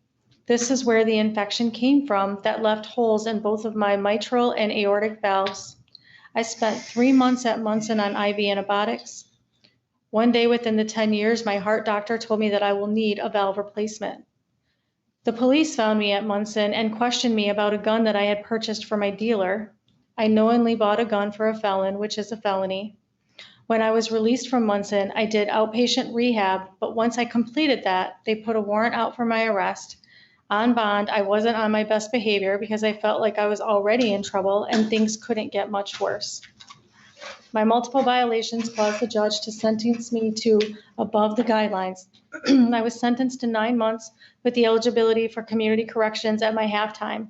This was a huge devastation because since I had no previous criminal record, my guidelines were 0 to 3 months, and that was exactly what I was expecting. This left me feeling depressed and hopeless. Upon my intake in the jail, I requested services from CMH. I was called out of my cell a few days later to speak with someone from CMH, and she gave me a few ideas on how to relieve my anxiety. I expressed to her my desire to change, and then 1 month later, I found myself being moved into a new cell with other women who wanted to change. This is what we called the CMH cell. This is what quite literally saved my life. I'm not sure what my mental state would have looked like upon my release from jail if it wasn't for that program. We had groups twice per day. We learned coping skills that I still use to this day. For example, grounding techniques and meditation. I discovered that a lot of my drug use was to self-medicate my anxiety and my depression. And to maintain it due to the mentality, I soon recognized that a lot of my personal relationships with the men that I was choosing made me feel like I was worthless. As in this group, we set small goals for ourselves upon release, such as finding a job, making and keeping appointments for medical care, and being dependable. Things that most people can do every day successfully, but with substance use problems, we couldn't manage to do. When I became eligible for community corrections, there was a peer in the jail who made such a huge influence on me. She helped me make a resume so that I could find employment. And when she asked me what kind of work I wanted to do, my exact words were, "I want to do what you're doing, but I know I can never do that if I'm a felon." She told me that it could be possible one day if I made right choices in my life. I left the jail and went to transitional housing through ATS, which is also where I was court ordered to go for groups. I love ATS, and I don't mean anything bad about them, but by saying that I learned more from the groups in jail from CMH than I did at any other groups than I ever attended. I found a job at a tanning salon on 8th Street near the Sober Living House. I still work there on Saturdays if they need help. I started working there 2.5 years ago when I was released from jail. They could depend on me. I started making and keeping up on my child support payments so that they could depend on me too. My kids spend every other weekend with me now. They are also very proud that I completed my high school credits and earned my high school diploma. One day I met Trevor at AA. We had a probation officer, so we had to ask permission to date. She approved.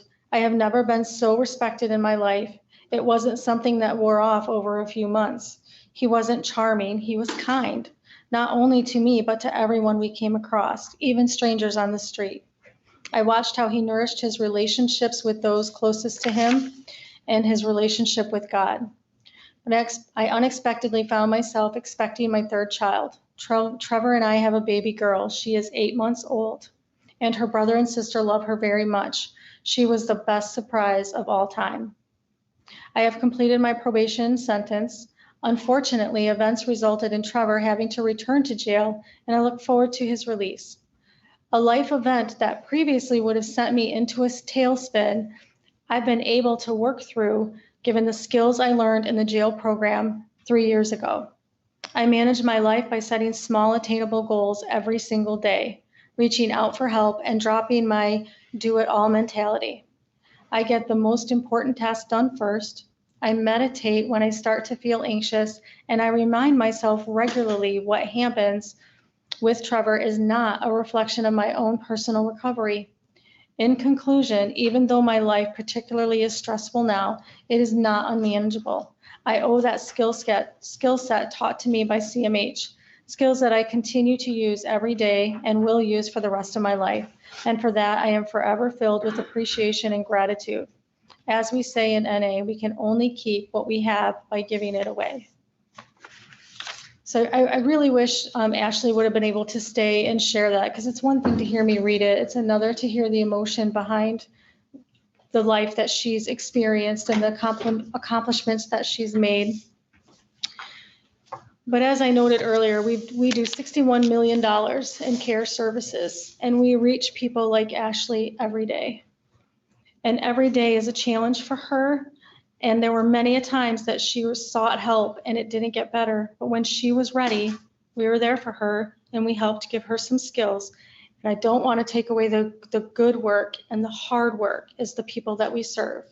So for me, that's the joy of the work that we do, is we get to work with people who have such a passion for life.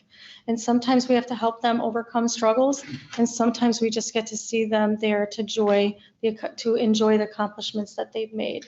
And we thank you for your contribution of your local dollars, because again, that drawing down the Medicaid monies helps us help people in your county. So. Not a question, but a comment. Joni's been working with our judge and with the sheriff and with a small group of people in Leelanau County that are concerned about expanding some services for mental health. And thank you, Joni, for all you do. Yeah, I appreciate Chairman Bonnick, I hope I say that right, and Tawaso for inviting us to do that, and I look forward to being able to increase the services here. So thank you. Thank you very much. Any other comments or questions? No. All right.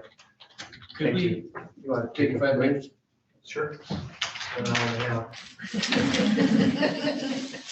5-minute break, be back at 22, 7 minutes, I guess.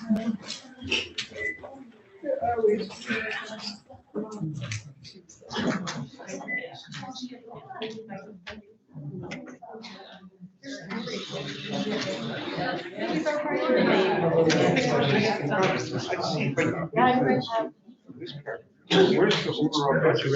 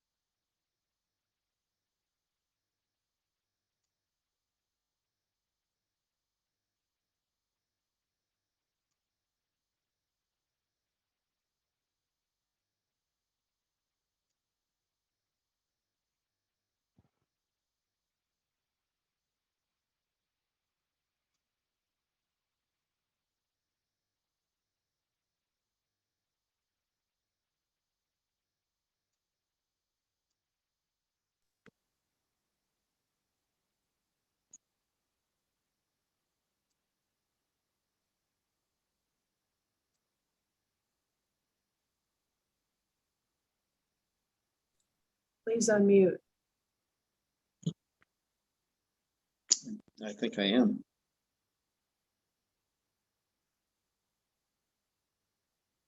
Which day?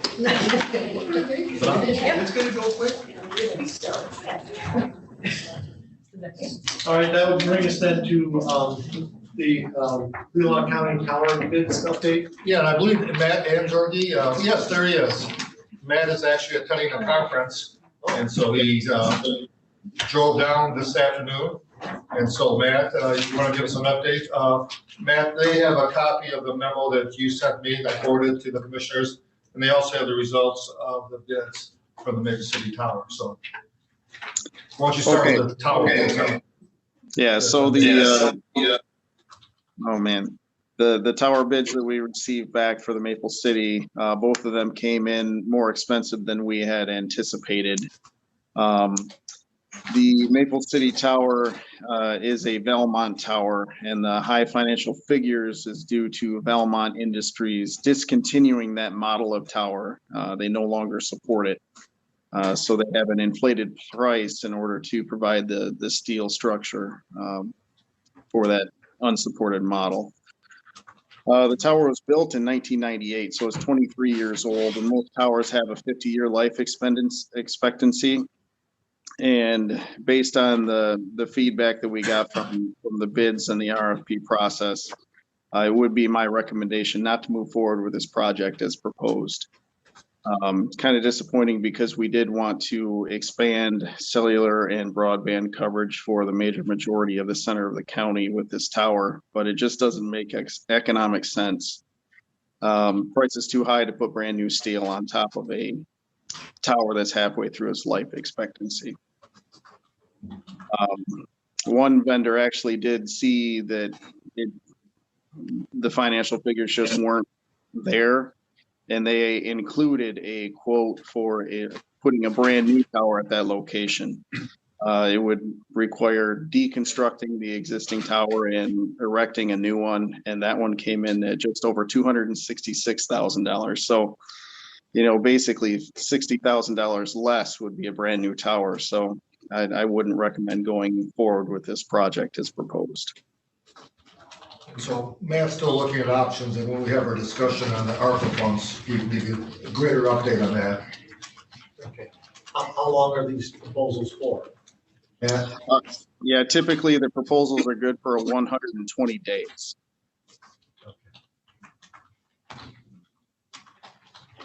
Any other questions? I'm going to ask my Matt, thank you.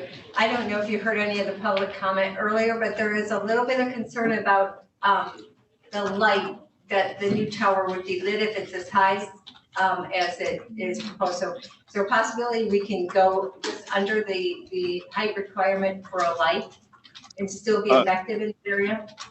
The height requirement for lighting towers would be 200 feet above ground level, and the tower itself is at 195. So any extension would require us to light it. Now, the lighting we could make more directional, so it wouldn't be pointing directly down, but the further you get away from the tower, you will be able to see the light.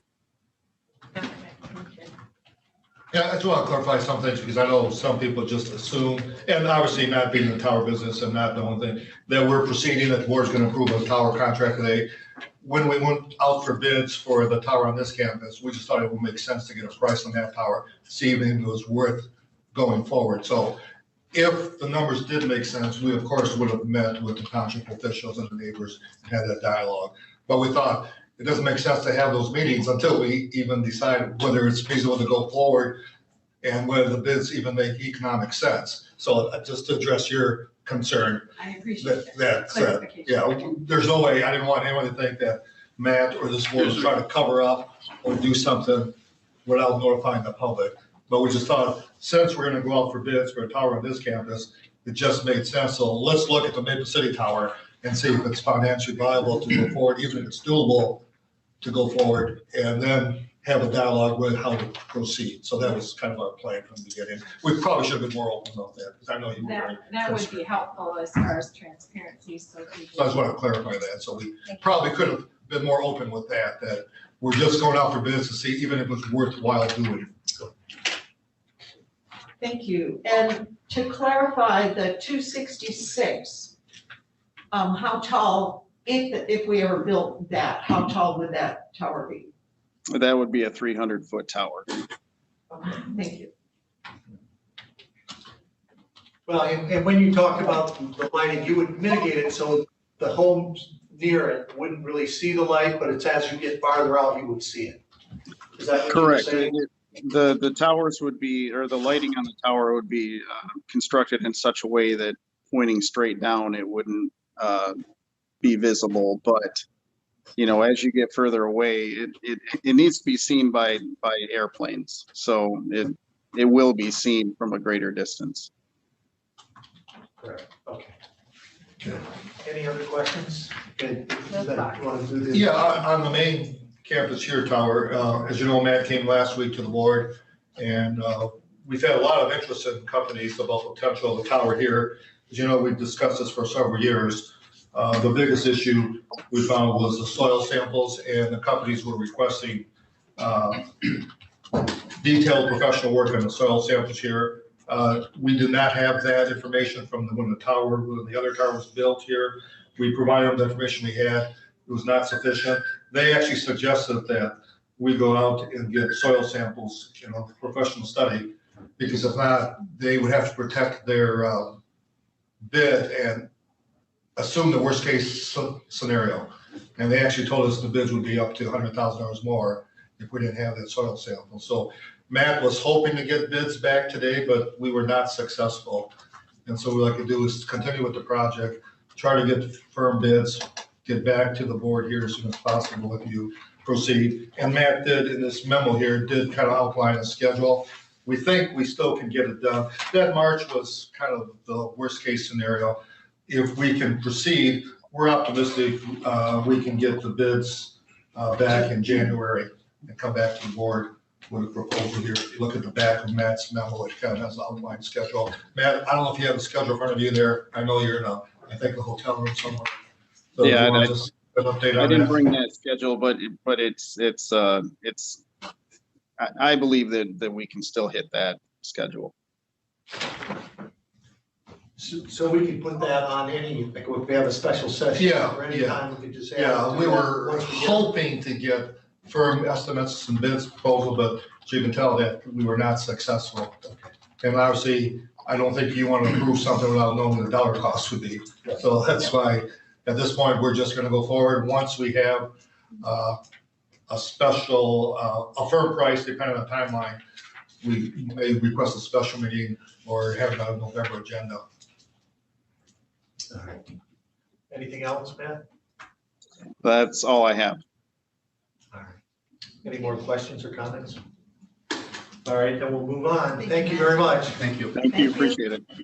All right, we go to senior services. Mr. Chairman, Yes. I would move to accept contributions from the Bay Area Senior Advocates for Senior Support totaling $2,500 and be placed into the Leelanau County Senior Services BASA grant account 281 ending in 678000. Support. All those in favor say aye. Aye. All those opposed, the same sign. Motion passes 7-0.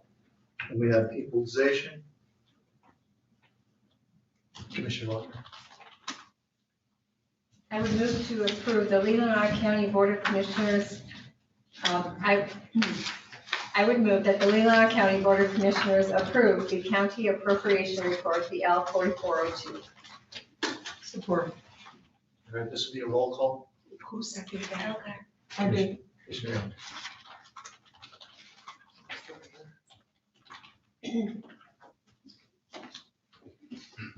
Commissioner Lautner, Yes. Commissioner Robbins, Yes. Commissioner Rushton, Yes. Commissioner Stoddard, Yes. Commissioner Wessel, Yes. Commissioner Alguier, Yes. Chairman Bonney, Yes. 7-0. Thank you. So then we do the, what is it, just forward the regular session.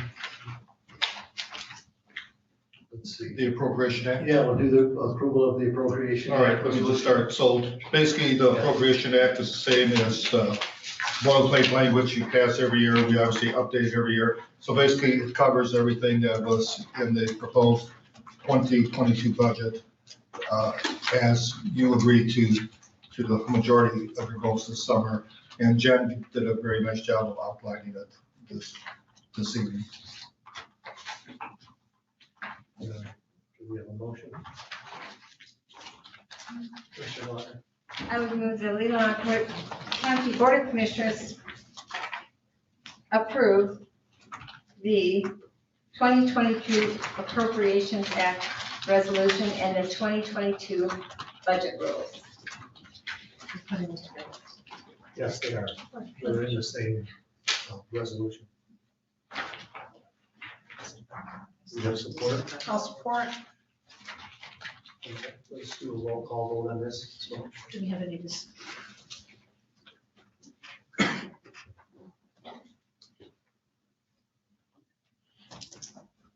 Commissioner Lautner, Yes. Commissioner Robbins, Yes. Commissioner Rushton, Yes. Commissioner Solisbittle, No. Commissioner Wessel, No. Commissioner Alguier, No. Chairman Bonnet. yes. 4-3. Yes. Mr. Chairman, if I may. Yes. I just wanted to speak to that briefly.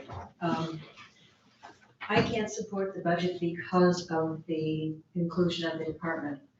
The only rationale that was offered for creating the two new departments was the allusion to personnel problems, which the clerk has addressed tonight. Even if there were a personnel problem, which there doesn't seem to be, but if there were, it isn't good business practice on how you address personnel issues to create two new departments. That's not what you would do. And I've said throughout the months that there have been no objective, quantifiable data presented as to what are the fiscal problems that would necessitate creation of a finance department and removing this function from the clerk's office. There's been no analysis, there was no spot analysis, there was no analysis of any kind, and no data. In 2022, a new administrator will be hired. Why would this board leave the administrative decision to the new why wouldn't this board leave the administrative decision to the new administrator rather than saddle that individual with a decision that he or she may not want to address in this manner? I suggested the funds be moved to contingency and held until a new administrator is hired and can make his or her own administrative decision as to how that individual would want this department's, if there is to move forward with it, this department structure. And I am saddened that this is passed without that. I hope consideration will be given to moving those dollars later on, and that we would hold off on either hiring new people for those departments or actually physically establishing those departments until we have a new administrator that has been hired who can decide how that person wants to handle the administrative issues. This is an administrative issue. This is not a board policy issue. That's all I'm going to say. Thank you. Commissioner. In addition to everything that Commissioner Solis-Little said, I believe that, yes, our job as commissioners is policy. Our administrator has built a tremendous team there. He's done an exceptional job. He talks to, works with, and honors our employees. What we have just done is kind of slap them all in the face and say, we know better.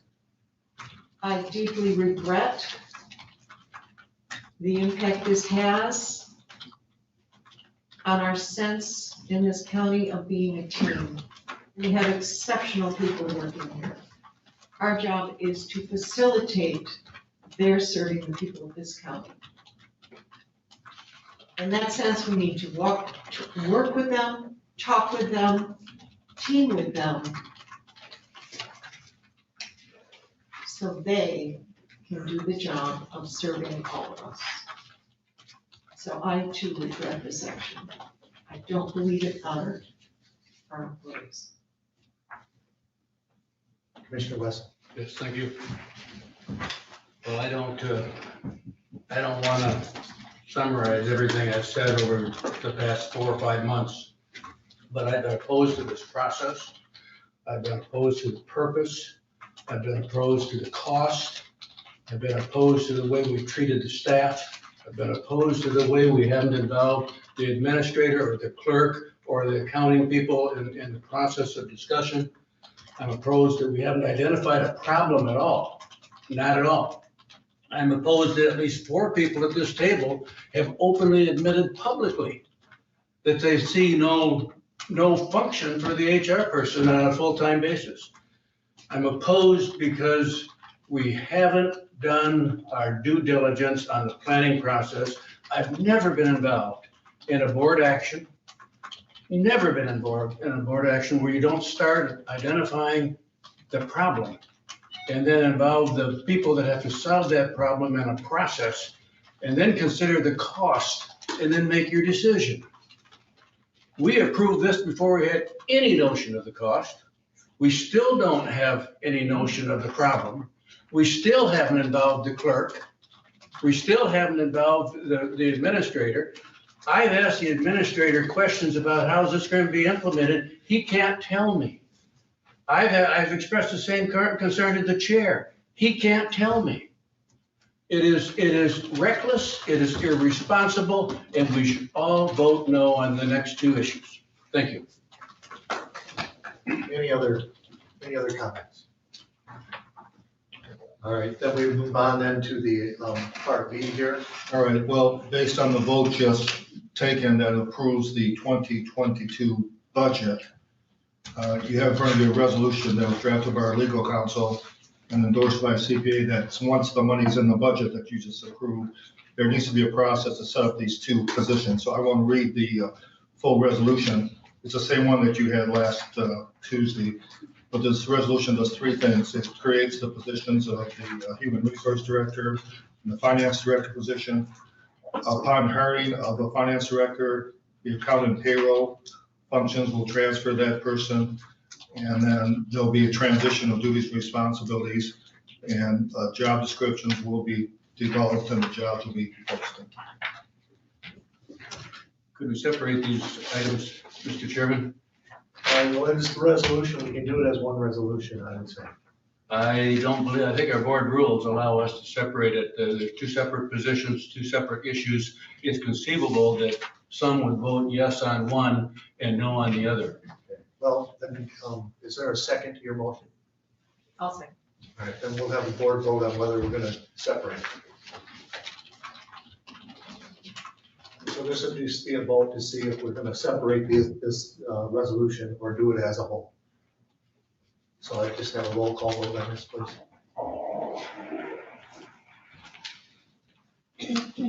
That was seconded by all the. Commissioner Solis. Correct. Commissioner Wessel, Yes. Commissioner Ogire, Yes. Chairman Bye, No. Commissioner Lautner, Yeah. Commissioner Robbins, No. Commissioner Rushton, No. Commissioner Solis Little, Yes. Fails 3 to 4. All right, so we'll do this resolution as a whole. Question? Yes. I think we need one last time to have a little bit of discussion about what we're approving. Okay. And I'm sitting here at this table, and Mr. Chair, you told me you didn't know what a human resources person would do on a full-time basis. You told me that. I've asked the administrator, what would a human resources person do full-time? He doesn't know what they might do. He said, we'll talk to the townships and see if they might want to have some support. Why would we approve of these positions? Why would we do that knowing we don't have any of those answers, knowing we don't need the position, knowing that we have $200,000 in our budget that we could give services to our residents or give them back in taxes, tax relief? Why would we spend $200,000? We haven't had any discussion about the impact. Notice if I'm worried about what happens when the clerk and the current finance officer are no longer doing that job. We've had excellent audit reports. Has anybody at this table called up Michelle and said, what do you think? Do you think this is a risk for the county? I'd like to ask that question of the clerk at this time. I'd like to ask you what your view on doing this is and what possible negative impact this might create. There is no one here that is called me and asked the risk. There is risk. You have no plan. You have no implementation plan. None. I was just going over with Chet. What is going to happen with this? What is going to happen with that? He does not know. There is no plan. Very dangerous. You're coming into a very busy time of year. Staff is going to be down again. I'm not sure who you think is going to do this work. You're putting, your finances should be your pride and joy. It should be your pride and joy. You have no plan. You haven't involved the players, and maybe it's intentional, could be. You haven't involved the players that are doing the work. Dangerous road we're traveling here, folks. I'm very concerned for the county. Can the shift be made? Absolutely. There's a right way to make these shifts and there's a wrong way, and I think we're choosing the wrong way. Not me, but I think you should be very concerned because this is going to be on you, all of you. Thank you. Any other? I would say you're putting words in my mouth. I would just say that. That's not what I said. Any other comment? All right, do we have a motion? I don't think we have a motion yet.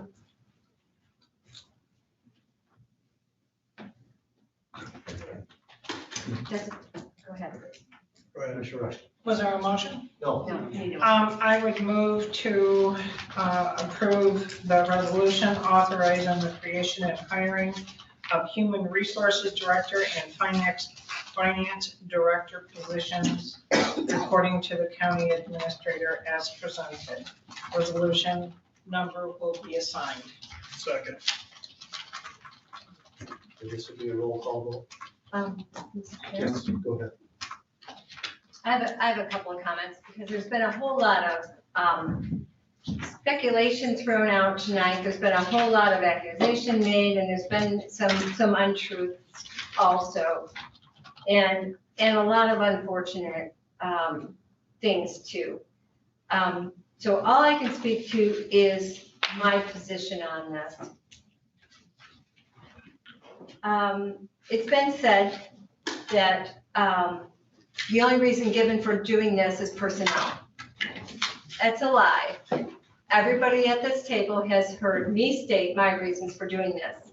And either you're not listening or paying attention, or you're just bald-faced lying about it. It's been said that the only reason was fiscal problems. Again, absolutely not true.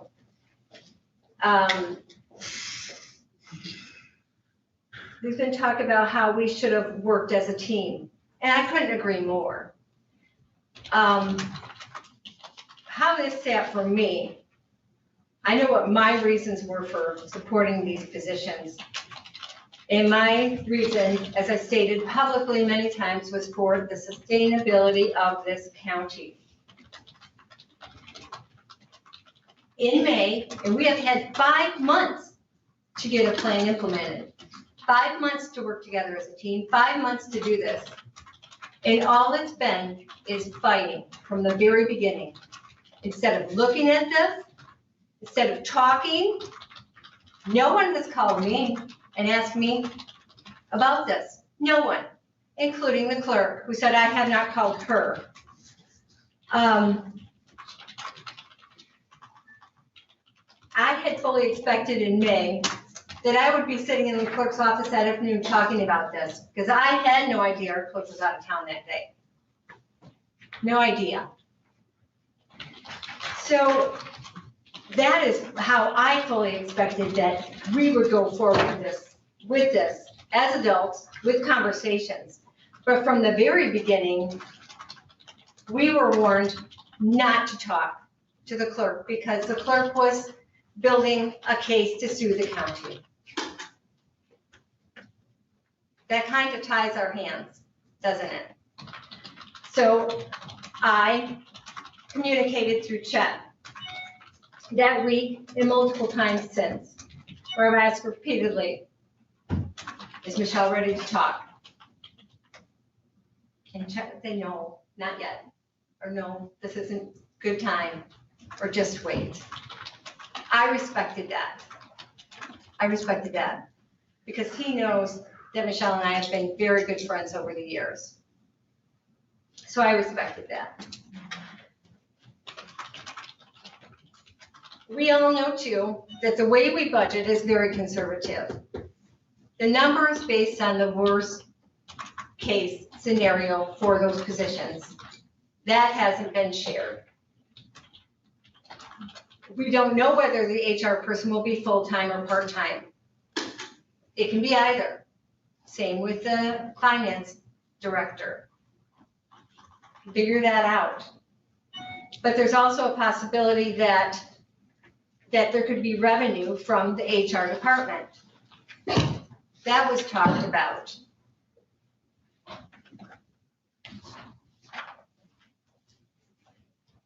So here we sit in October with this budget. Do we have some work to do? Yes, we do. As I stated several times publicly, we have had a very good situation here. We've got an excellent team. We have been having great audits. I've got absolutely no complaints about any of that, as I've said over and over again. The problem is we have got one person handling 3 departments. One person. That one person wins the lottery and walks out the door tomorrow. We're not prepared. And even if we thought we were prepared, how unfair is that? Yes, can this one person handle that workload? Very well. But that workload has built over the years. And to expect anyone in the future to carry that much workload of 3 departments is too much to ask. Yes, there has been overtime. There's also been weekends. Why we have anyone having to work weekends at the county is other than obviously our 24/7 departments. It's just ridiculous that we are having to work weekends to get that work done, whether we don't mind or not. It's just unfair.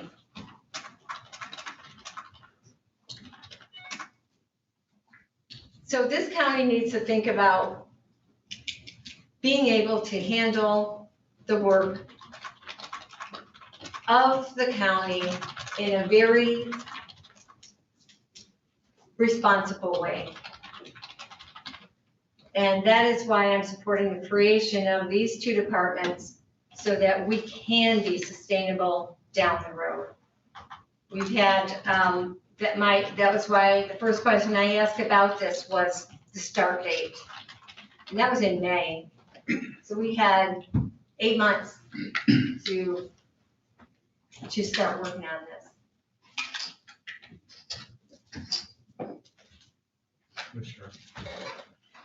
First of all, I want to clear up, Michelle, I've never said anything about $30,000 in overtime. Can't hear you. No. Oh, first of all, I've never said anything about $30,000 in overtime. Maybe 9 to 15,000, not 30. I agree with what that Melinda said. We should have been working as a team here, but we haven't. I had 2 commissioners last Thursday night, or one Wednesday, one Thursday, finally contact me, text me. One says, I understand what you're doing, and I know why you're doing this. The other one had a plan. I can get you a 7-0 vote. But I wasn't gonna talk to either one because of the open meetings violation that I was accused of earlier that I was unfounded at the end. And another big reason we haven't been talking is, like Melinda said, there was a threat of a lawsuit. And actually, that came from you, Patricia, right in the meeting. Yes, you did. I hope she has a good attorney. Yeah, but that didn't come from her. It came from you. Yeah. Yeah, so it put us on notice. It's like, I'm not gonna deal Oh my with somebody God, if there's a possible lawsuit. that's amazing. I can't Well, believe you said that. it was amazing that it came out. Yeah, I know. But, no, we can't take a chance. It's the future here. Clerk can leave anytime. We don't know. What next clerk may not want to do this. Just like, you say maybe the next administrator. The next administrator may not want to do HR. So we got to form this team now and move into the future. And now's the perfect time. With Chet leaving next June, now's the time to start putting our heads together and put this team together. Oh, so now you've given Chet his leave date? What's that? You've given Chet his leave date? That's news. He said he's retiring. You didn't say next June. Well, next year. I'm I'll sorry. retire sometime next year, just to clarify that. I'm sorry, I had to clarify that. You know what? For all of this, you talk to the employees actually doing the work. You talk with the administrator. You do it with teamwork. You have a plan, and you let the employees involved be part of the process. It's not a top-down thing. I am very, very, very sorry that we have not attempted to build teamwork with this action.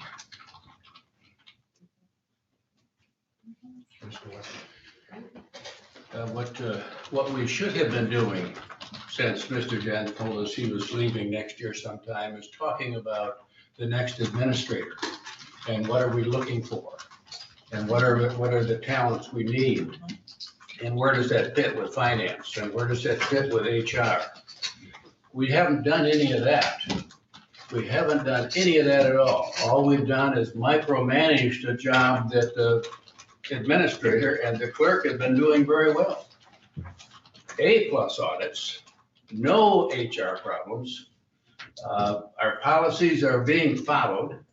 Why would we create these two positions now and then decide that we're going to design the position description for the administrator? That's the first step. Mr. Zemaitis said that he reminded us that our biggest job was balancing the budget. If that's our biggest job, our second biggest job is making sure we have the right people in the spot of the county administrator. And we could have spent the last 5 months doing that. And maybe if we did that, we would say, and when we hire the administrator, we want a finance person. Or when we hire the administrator, we want HR. But we're tying our hands now.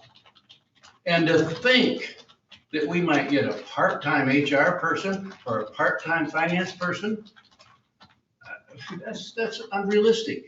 It's naive. It's foolish. We're going to vote and we're going to lose this.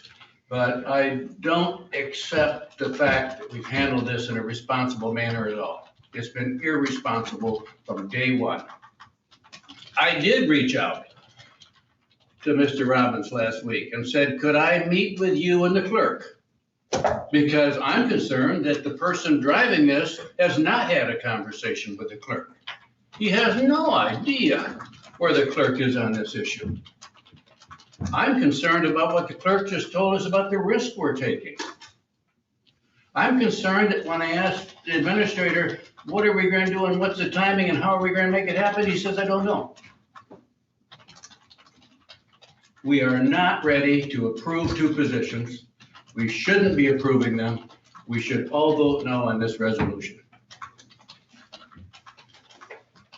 Any other comments? Go ahead. Only I am really sorry, Mr. Robbins, that you did not check with the clerk to see what her plans are. My comment came from when The discussion was about how, over health concerns and that she wasn't here and all of this, and I made the comment, yes, I think she has a good lawsuit. My thinking something has nothing to do with what our clerk might or might not do. And I'm amazed that you would all operate on something I said as opposed to checking. Oh, It wasn't from you, dear, but just clarify that. so Commissioner Lautner just said it wasn't from me, dear. To clarify that. Yeah. So, okay, now at least we know you weren't operating on that. All right, this again would be a roll call vote.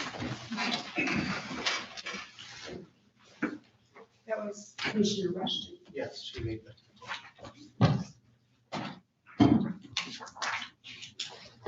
Commissioner Rushton, Yes. Commissioner Sorslow, Vehemently no. Commissioner Wessel, No. Commissioner Algar, No. Chairman Bonick, Yes. Commissioner Lautner, Yes. Commissioner Robbins. That is a yes. That would be 4-3. Thank you for that. The motion passes 4-3.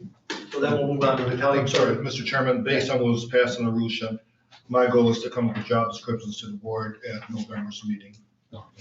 To follow the process used in the resolution. So we'll have a further discussion in November about the duties and the timeline, and I'll have a proposal hopefully ready by the November meeting. All right. I will reach out to the townships and the road commission and the units of government in Leelanau to see if they're interested in the partnership on the HR, as we discussed during our budget process. Mr. Chair, a comment for Chet. I suspect if any of the townships have been watching our meetings for the last 5 months, they don't want our help. Well, I will reach out to all of them. Any other comments? All right, then we'll move on then to the county clerk, non-union uniform gun allowance request.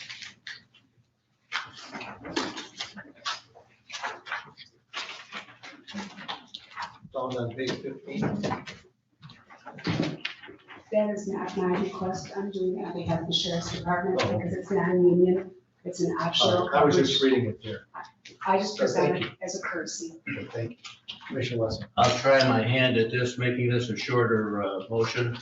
I recommend approval of the $11,625 purchase of sheriff, under Sheriff Morgan, 2 court bailiffs and 1 and Marine deputies gun allowance and uniform as presented. Support. So you move and under Sheriff Kiesel. Well, You there's, said them both, correct? You said, With permission, I will outline it the way. Oh, I it's thought you written. said under Sheriff Morgan. I would say as presented here would be better. Okay, good. As presented? Yes. Right. Okay, but you want it to be under Sheriff, It is portion of Morgan, it's portion of Keystone. portion of both, got you. Okay, thank you for clarification. Oh, for part of the year, yep, okay. And that was by Wesson. Second, but on there. All right. Any other questions or statements? All those in favor say aye. Aye. All those opposed, the same sign. Motion passes 7-0. So then that brings us to the American Rescue Plan. yeah, for a special meeting, I don't know if you want to have it as a committee of whole or study session or regular meeting, however you wish to do it, but if you wish to do it in October, I went through the calendars and some of you were kind enough to give me some dates. So let me propose some dates in October and see if they work. October 19th, Tuesday in the afternoon. And there are other meetings that also you have, and there's meetings in this room also, so I try to put that all into consideration. So, The 19th is the Housing Summit. all right, well, let me just give you the dates and then you can see if it would work. So Tuesday, October 19th in the afternoon, Wednesday, October 20th in the morning, Thursday, October 21st, morning or afternoon, and Thursday, October 28th, morning or afternoon. I could do the afternoon of the 28th. 28th. Thursday, the 28th, I'll be out of town. okay. Afternoon of the 20th. or 21st? The 21st morning or afternoon, Sure. or Wednesday in the morning. I have a morning special meeting, Which 21st. We have community mental health board meeting that day. And I have a meeting the 21st. Monday, the 18th is out? What's the 18th?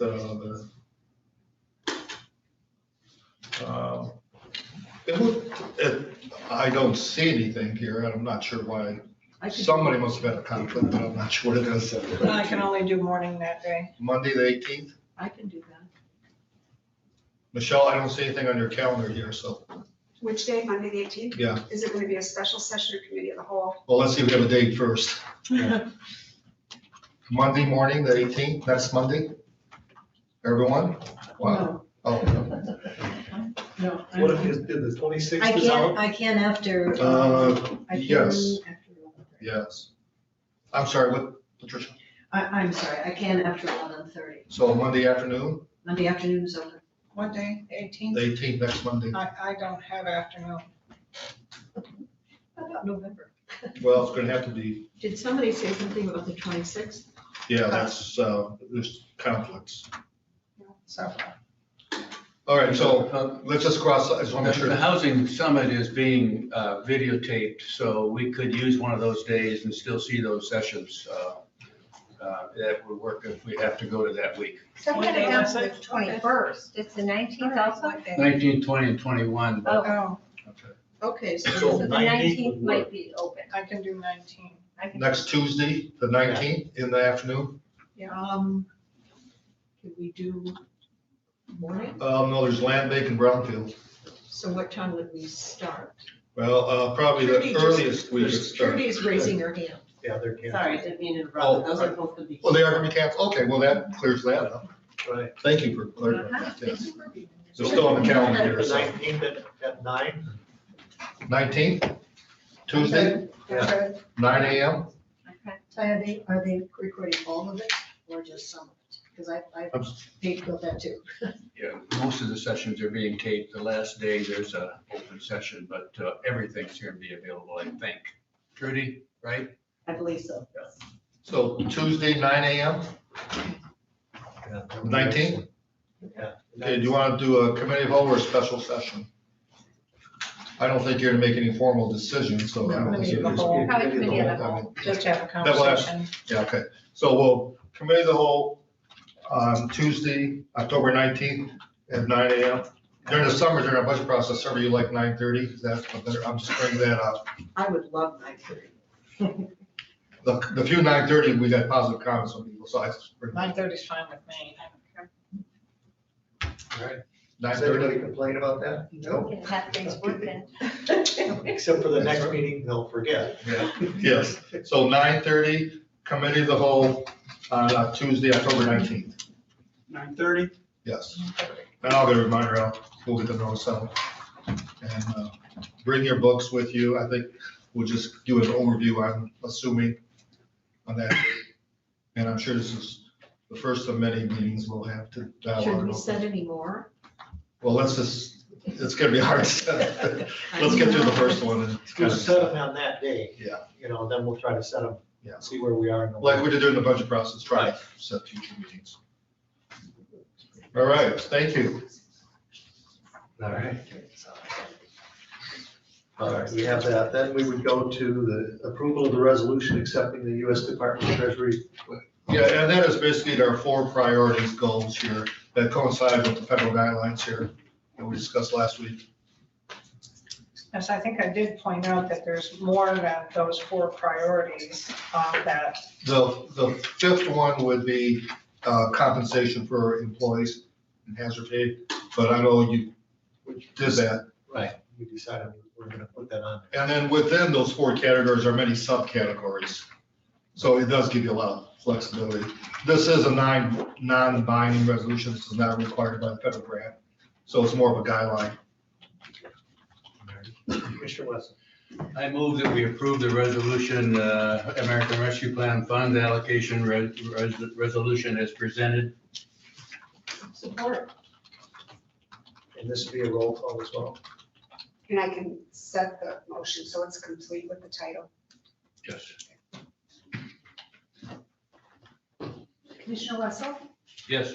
Commissioner Alguier, Yes.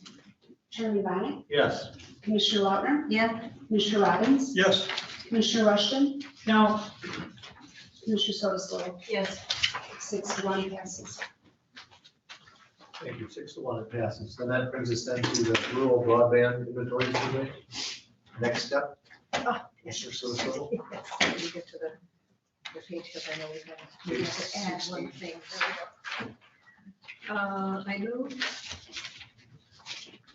that the Board of Commissioners engage with DCS Technology Design LLC as a consultant to work with the Leelanau Internet Futures Team, LIFT, to develop a county-wide proposed plan for expansion and implementation of high-speed broadband services to all residents and businesses currently not having broadband access. Consultant fee not to exceed $5,500 with funds to come from the ARP funding, pending council review and approval. Second. Oh, and waive board policy. That's okay with the second. All those in favor say aye. Aye. All those opposed, the same sign. Motion passes 7-0. Thank We you. have begun the process of developing a legal agreement. So that should be done fairly soon, so we can proceed. And so then we move to the Solid Waste Council recommendations. If you want to add anything, Trudy? You want to talk about our meeting this afternoon or no? This morning. Any more? Good. Good evening. I sent out a revised EDS document for you on item 8A. And I have all of the completed agreements from the attorney with me tonight. So I just sent you one. They're basically all the same, just different dates and site host in there. So if you are accepting of those, then there's a proposed motion for you in that revised EDS for consideration.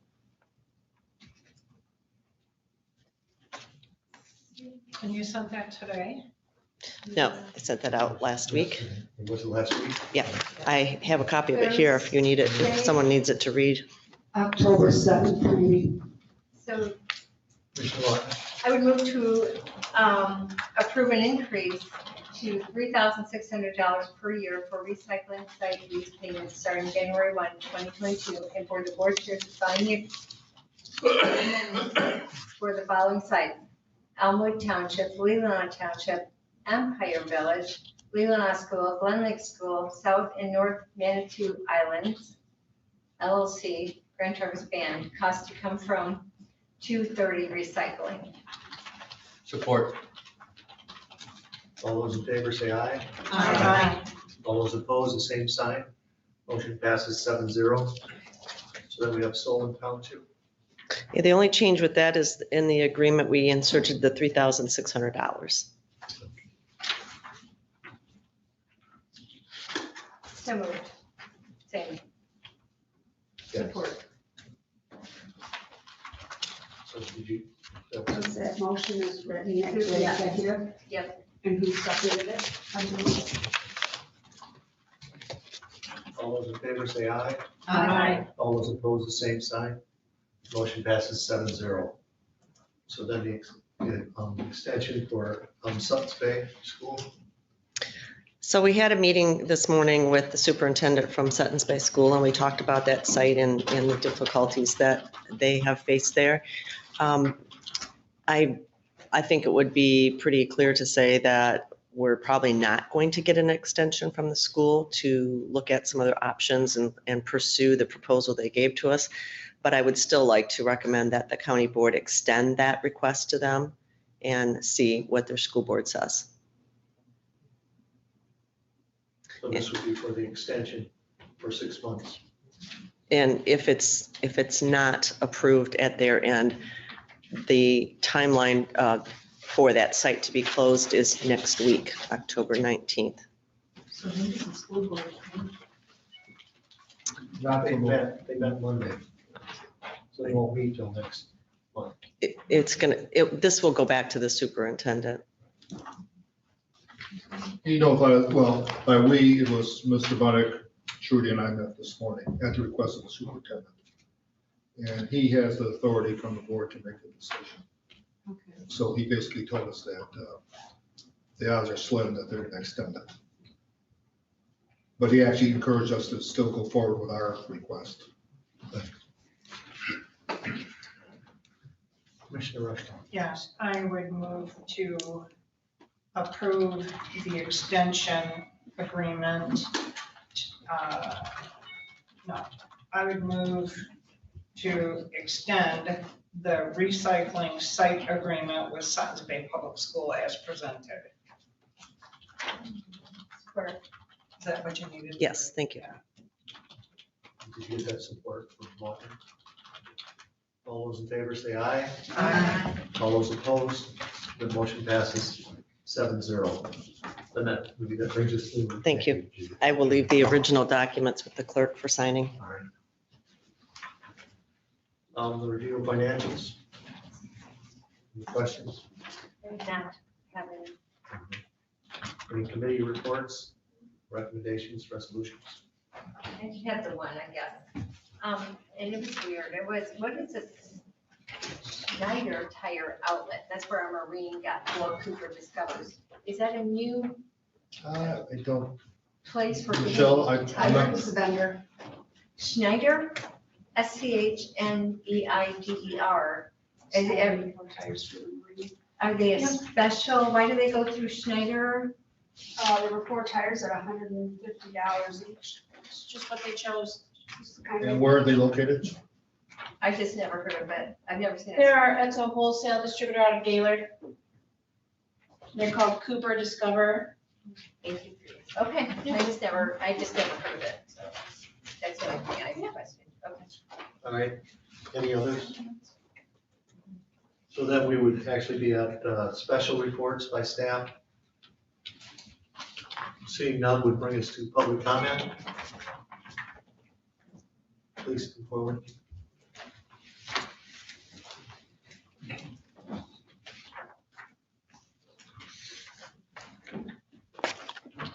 Good evening. As you know, I've always been an advocate of encouraging this commission that works in a lot of things, but encouraging it always to give us the best possible, least cost Republican form of limited government, consistent with the principle of subsidiarity. As I've watched this over the last 30 years, we've gotten the county commissioners on their own, without a petition from the people, have initiated 3 millages. The first of them was Commission on Aging. And for a few months, it was discussed by the county commission as the millage from hell, because we couldn't find a way to spend money, and a lot of questionable practices ensued. Next one of those was farmland preservation. 2 or 3 millionaires came here, and again, without a petition from the people. Just a handful of people coming to the commission, commissioners on their own, self-initiated a millage, which was defeated. Then we came to early childhood, another one of those events. People didn't come here petitioning for it lawfully. We commissioners knew much better. We're absolutely smarter than the people, because we can impose a tax on them even though they don't want it and didn't ask for it. It must be great to behave in this manner. You're having a meeting regarding federal funds. There's an article in the Wall Street Journal. I'll give each of you a copy. It's identified as towns and cities should use their stimulus windfall to cut taxes. I'll leave you all a copy. Thank you.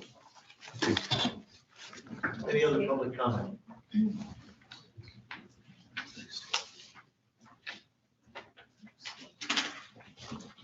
Karen Zamitis, Leland.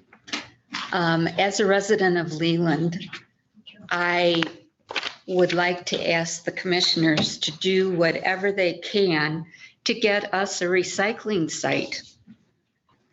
I know it was worked on and we thought we have a solution, but we can't get our supervisor to do anything. And I don't know if you guys can work with her some more or make her do it or what, but we need a recycling site. We're all paying for it, and we have, at the price of gas, we have to travel quite some time. I mean, I have to go over 12 miles to Sutton's Bay. And it's not on a route I would take, so it's not convenient.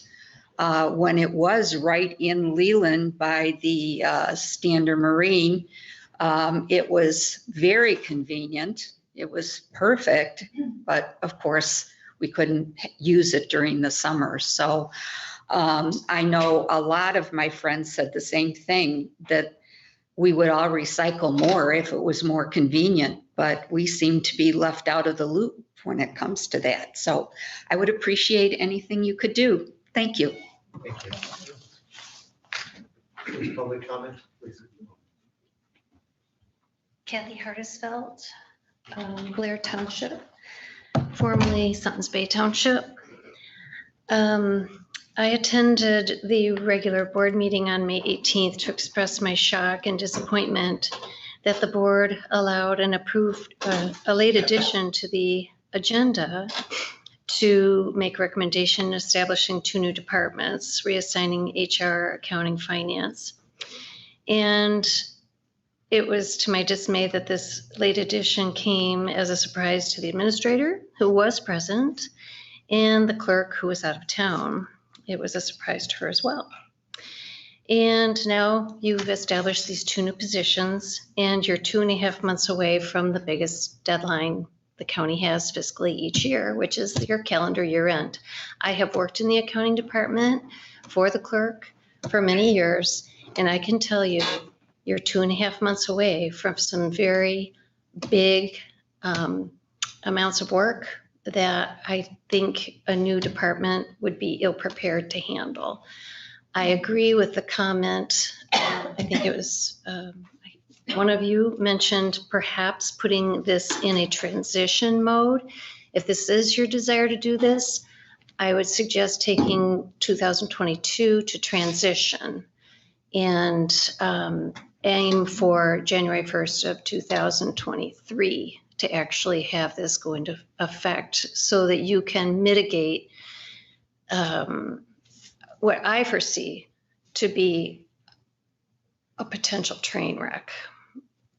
It's just too close to year end to make this big of a change. I've been in that department and I know. So that's my comment. Thank you.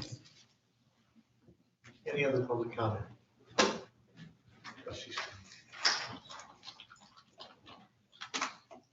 Thanks, Luder. This is kind of eye-opening, and I think it is important to actually push more forward and try and get that done. Just learning about the clerk, and I can't speak for you, but wow, don't you feel like your HIPAA's a little bit violated today? I don't think that was right for Patricia to call her out on her health, that there was an issue.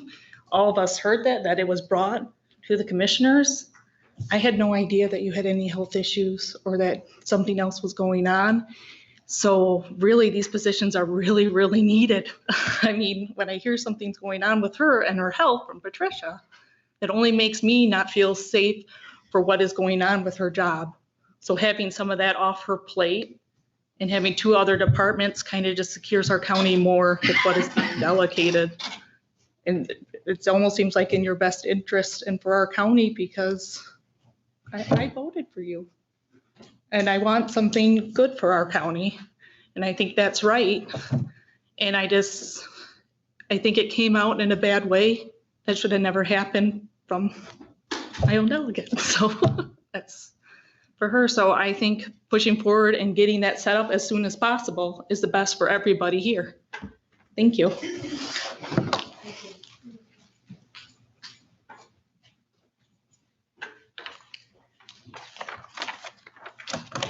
Jackie Anderson, Bingham Township. First of all, as a person who's worked for 15 years in healthcare administration, HIPAA only applies to your medical professionals releasing information about you. It does not apply to county commissioners.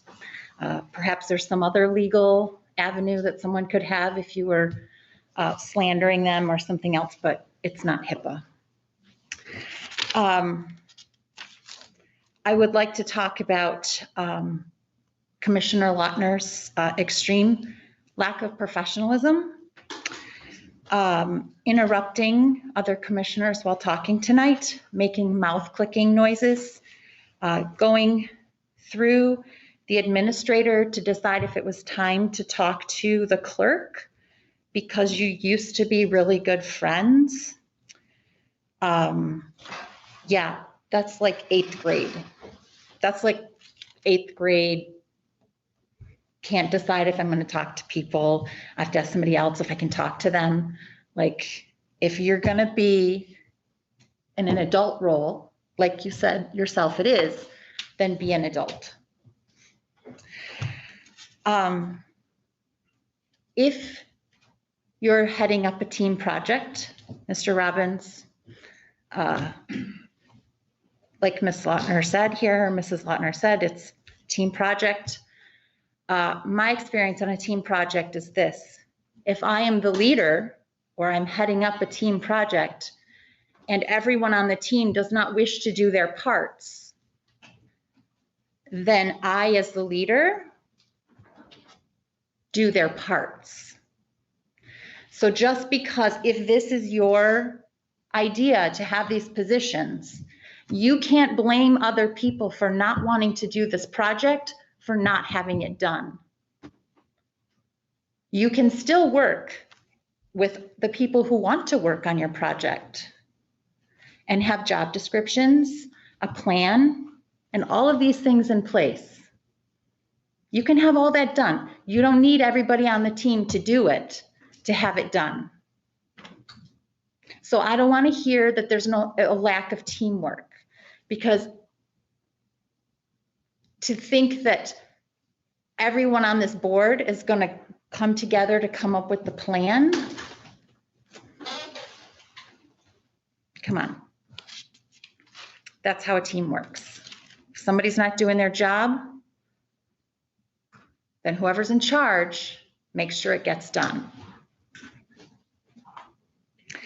That's how I did it when I worked. That's how I did it when I was in school. That's how I teach my children to do it.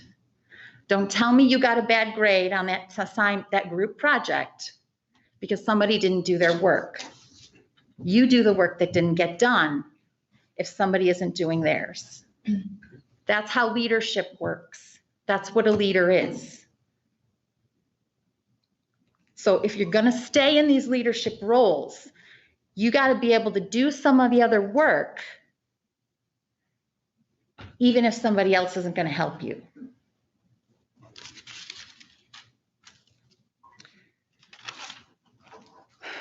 I don't know. It's a lot of improvements that can be made. And I think it can start right here with this group. And then that will trickle down to the rest of your staff problems that you think you have. Thank you. Thank you.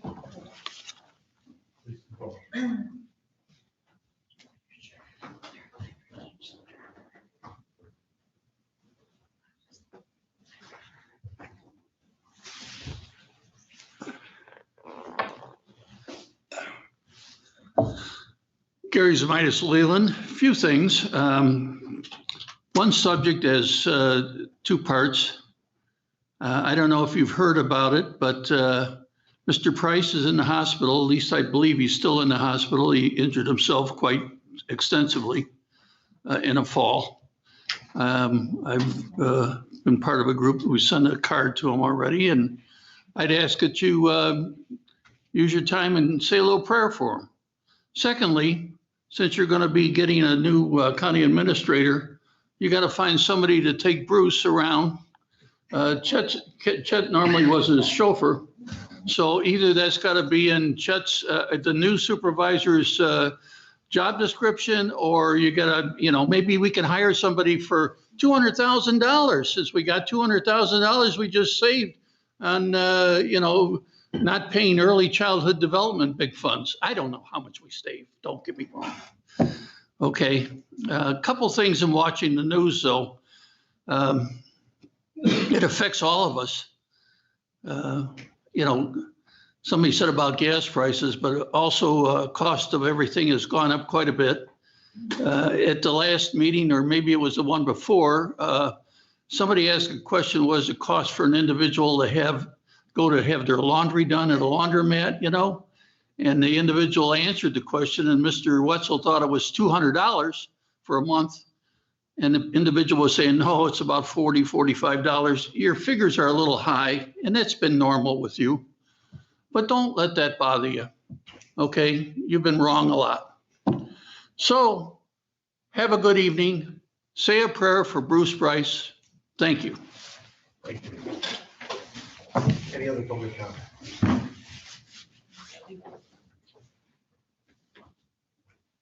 Laura Tarsa, Sullivan Township. All right, I'm kind of going in order because I was taking notes. I wanted to speak to Jacqueline Anderson. I have to say that we are in alignment on some things, and I think that, so when she was talking earlier about how the citizens are busy with their families and such, I thought, hey, so we agree on things, right? We agree on things. And I feel like there are a lot more things we all have in common than we really think or maybe want to admit, or for whatever reason. But as a single mother of 6, I can appreciate her comment on that. John O'Neill mentioned housing crisis, and I agree that's a big issue and a big problem. As a realtor, that is a problem. But some of that is probably solved in the zoning, at the zoning level, township zoning level, with size of structures and such. I don't know that there's a lot of money that should be allotted to building affordable housing. Anyway, I just wanted to point out that another thing that we all are concerned about together. Unfortunately, I'm sorry that I am not familiar with whatever has happened in the last 4 months about the new department positions.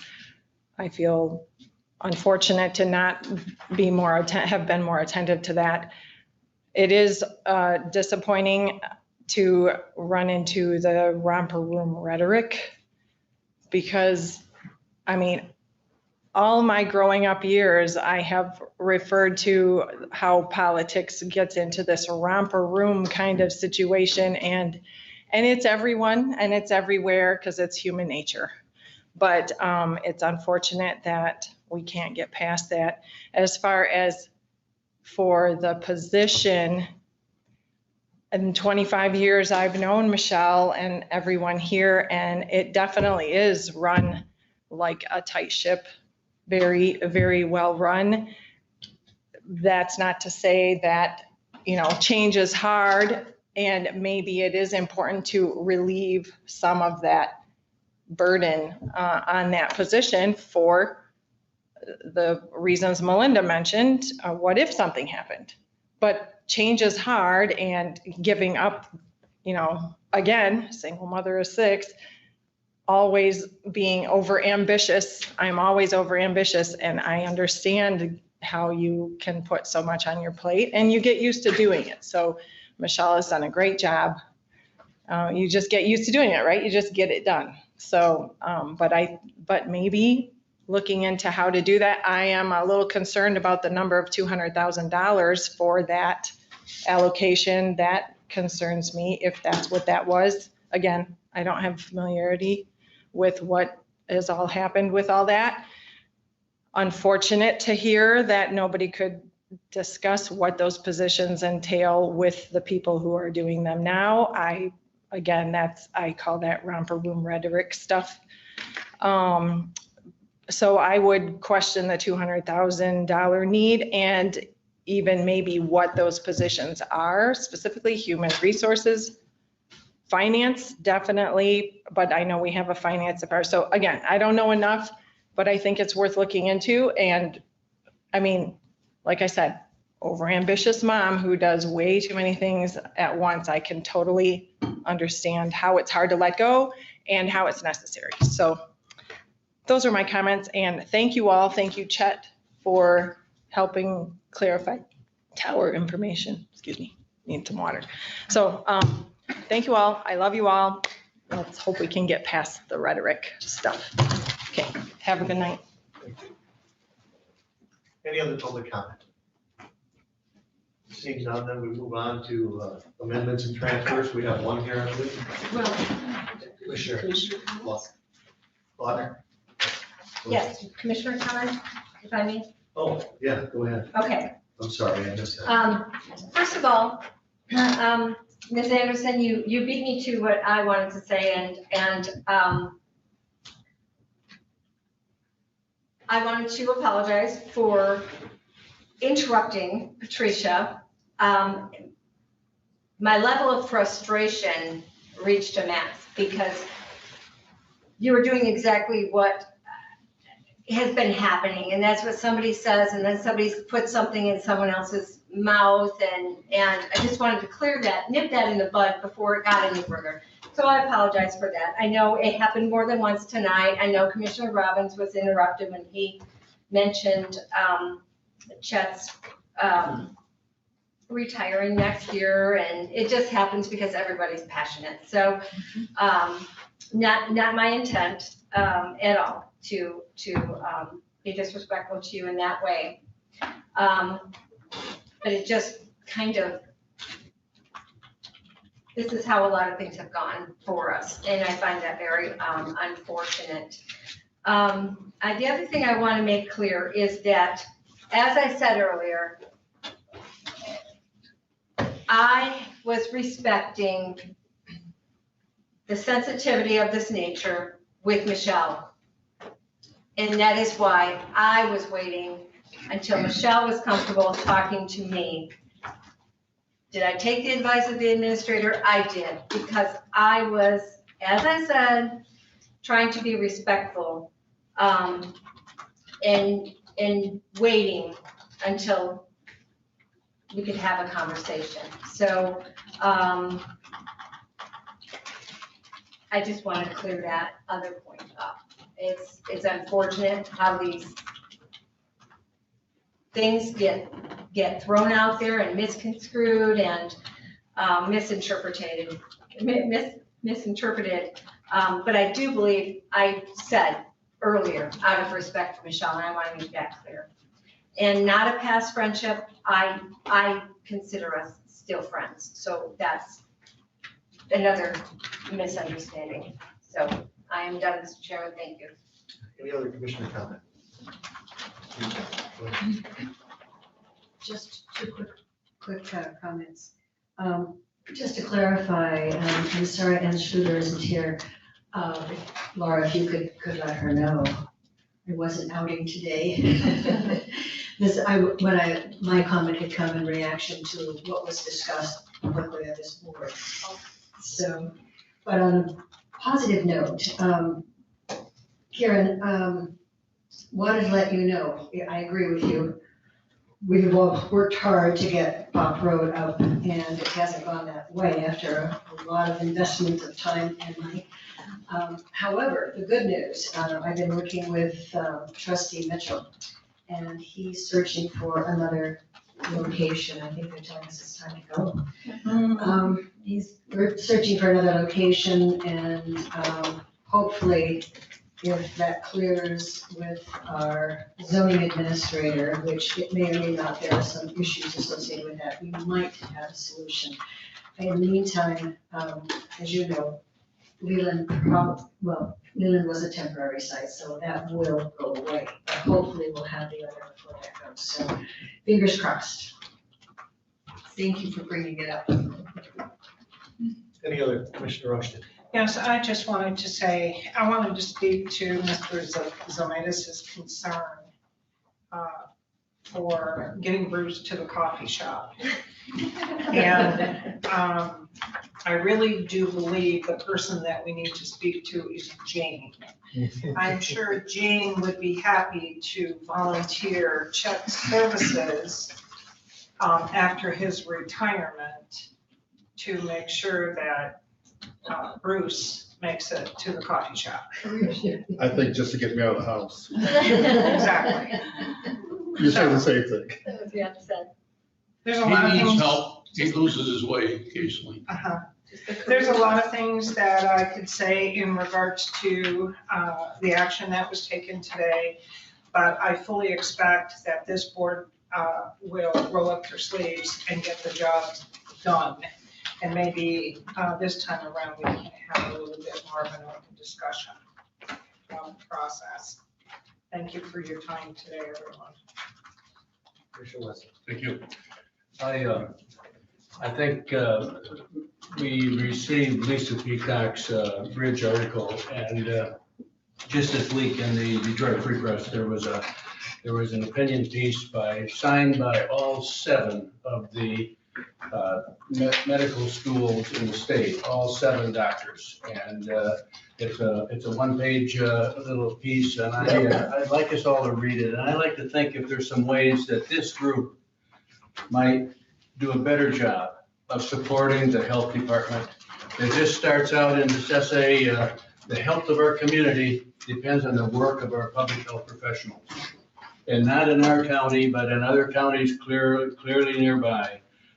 Health officials have been threatened, they've been run off the road, they certainly have been mistreated. And I think we all have a role, whatever our beliefs are, we all have a role of giving support to the health department. And I believe there have been some things that we've said at this table that have been contrary to that mission. The health of our community depends on the health of our public health department, and we need to support them. We need to support them by applauding their work, by respecting their work. And I don't think we always do that. And I ask us to take that on as a challenge. That was one of our goals that we set up at the first of the year. One of our goals was to support the health department, and they're addressing the COVID threat. And I think we could do more. Thank you. Any other comments? Go ahead. And as we all attempt, do our best to work together, I hope we won't have forum pieces blaming the other guys for things that happen in these meetings. I'd appreciate that. Thank you. Any other comment? Seeing none, then we'll move on into amendments and transfers. I would move to approve fund transfer 21006. Support. All those in favor say aye. Aye. All those opposed, the same sign. Motion passes 7-0. Claims and accounts. Move to approve claims and accounts $195,787.04. Support. All those in favor say aye. Aye. All those opposed, the same sign. Motion passes 7-0. Post audit. I would move to approve post audit $4,960,940.35. Support. All those in favor say aye. Aye. All those opposed, the same sign.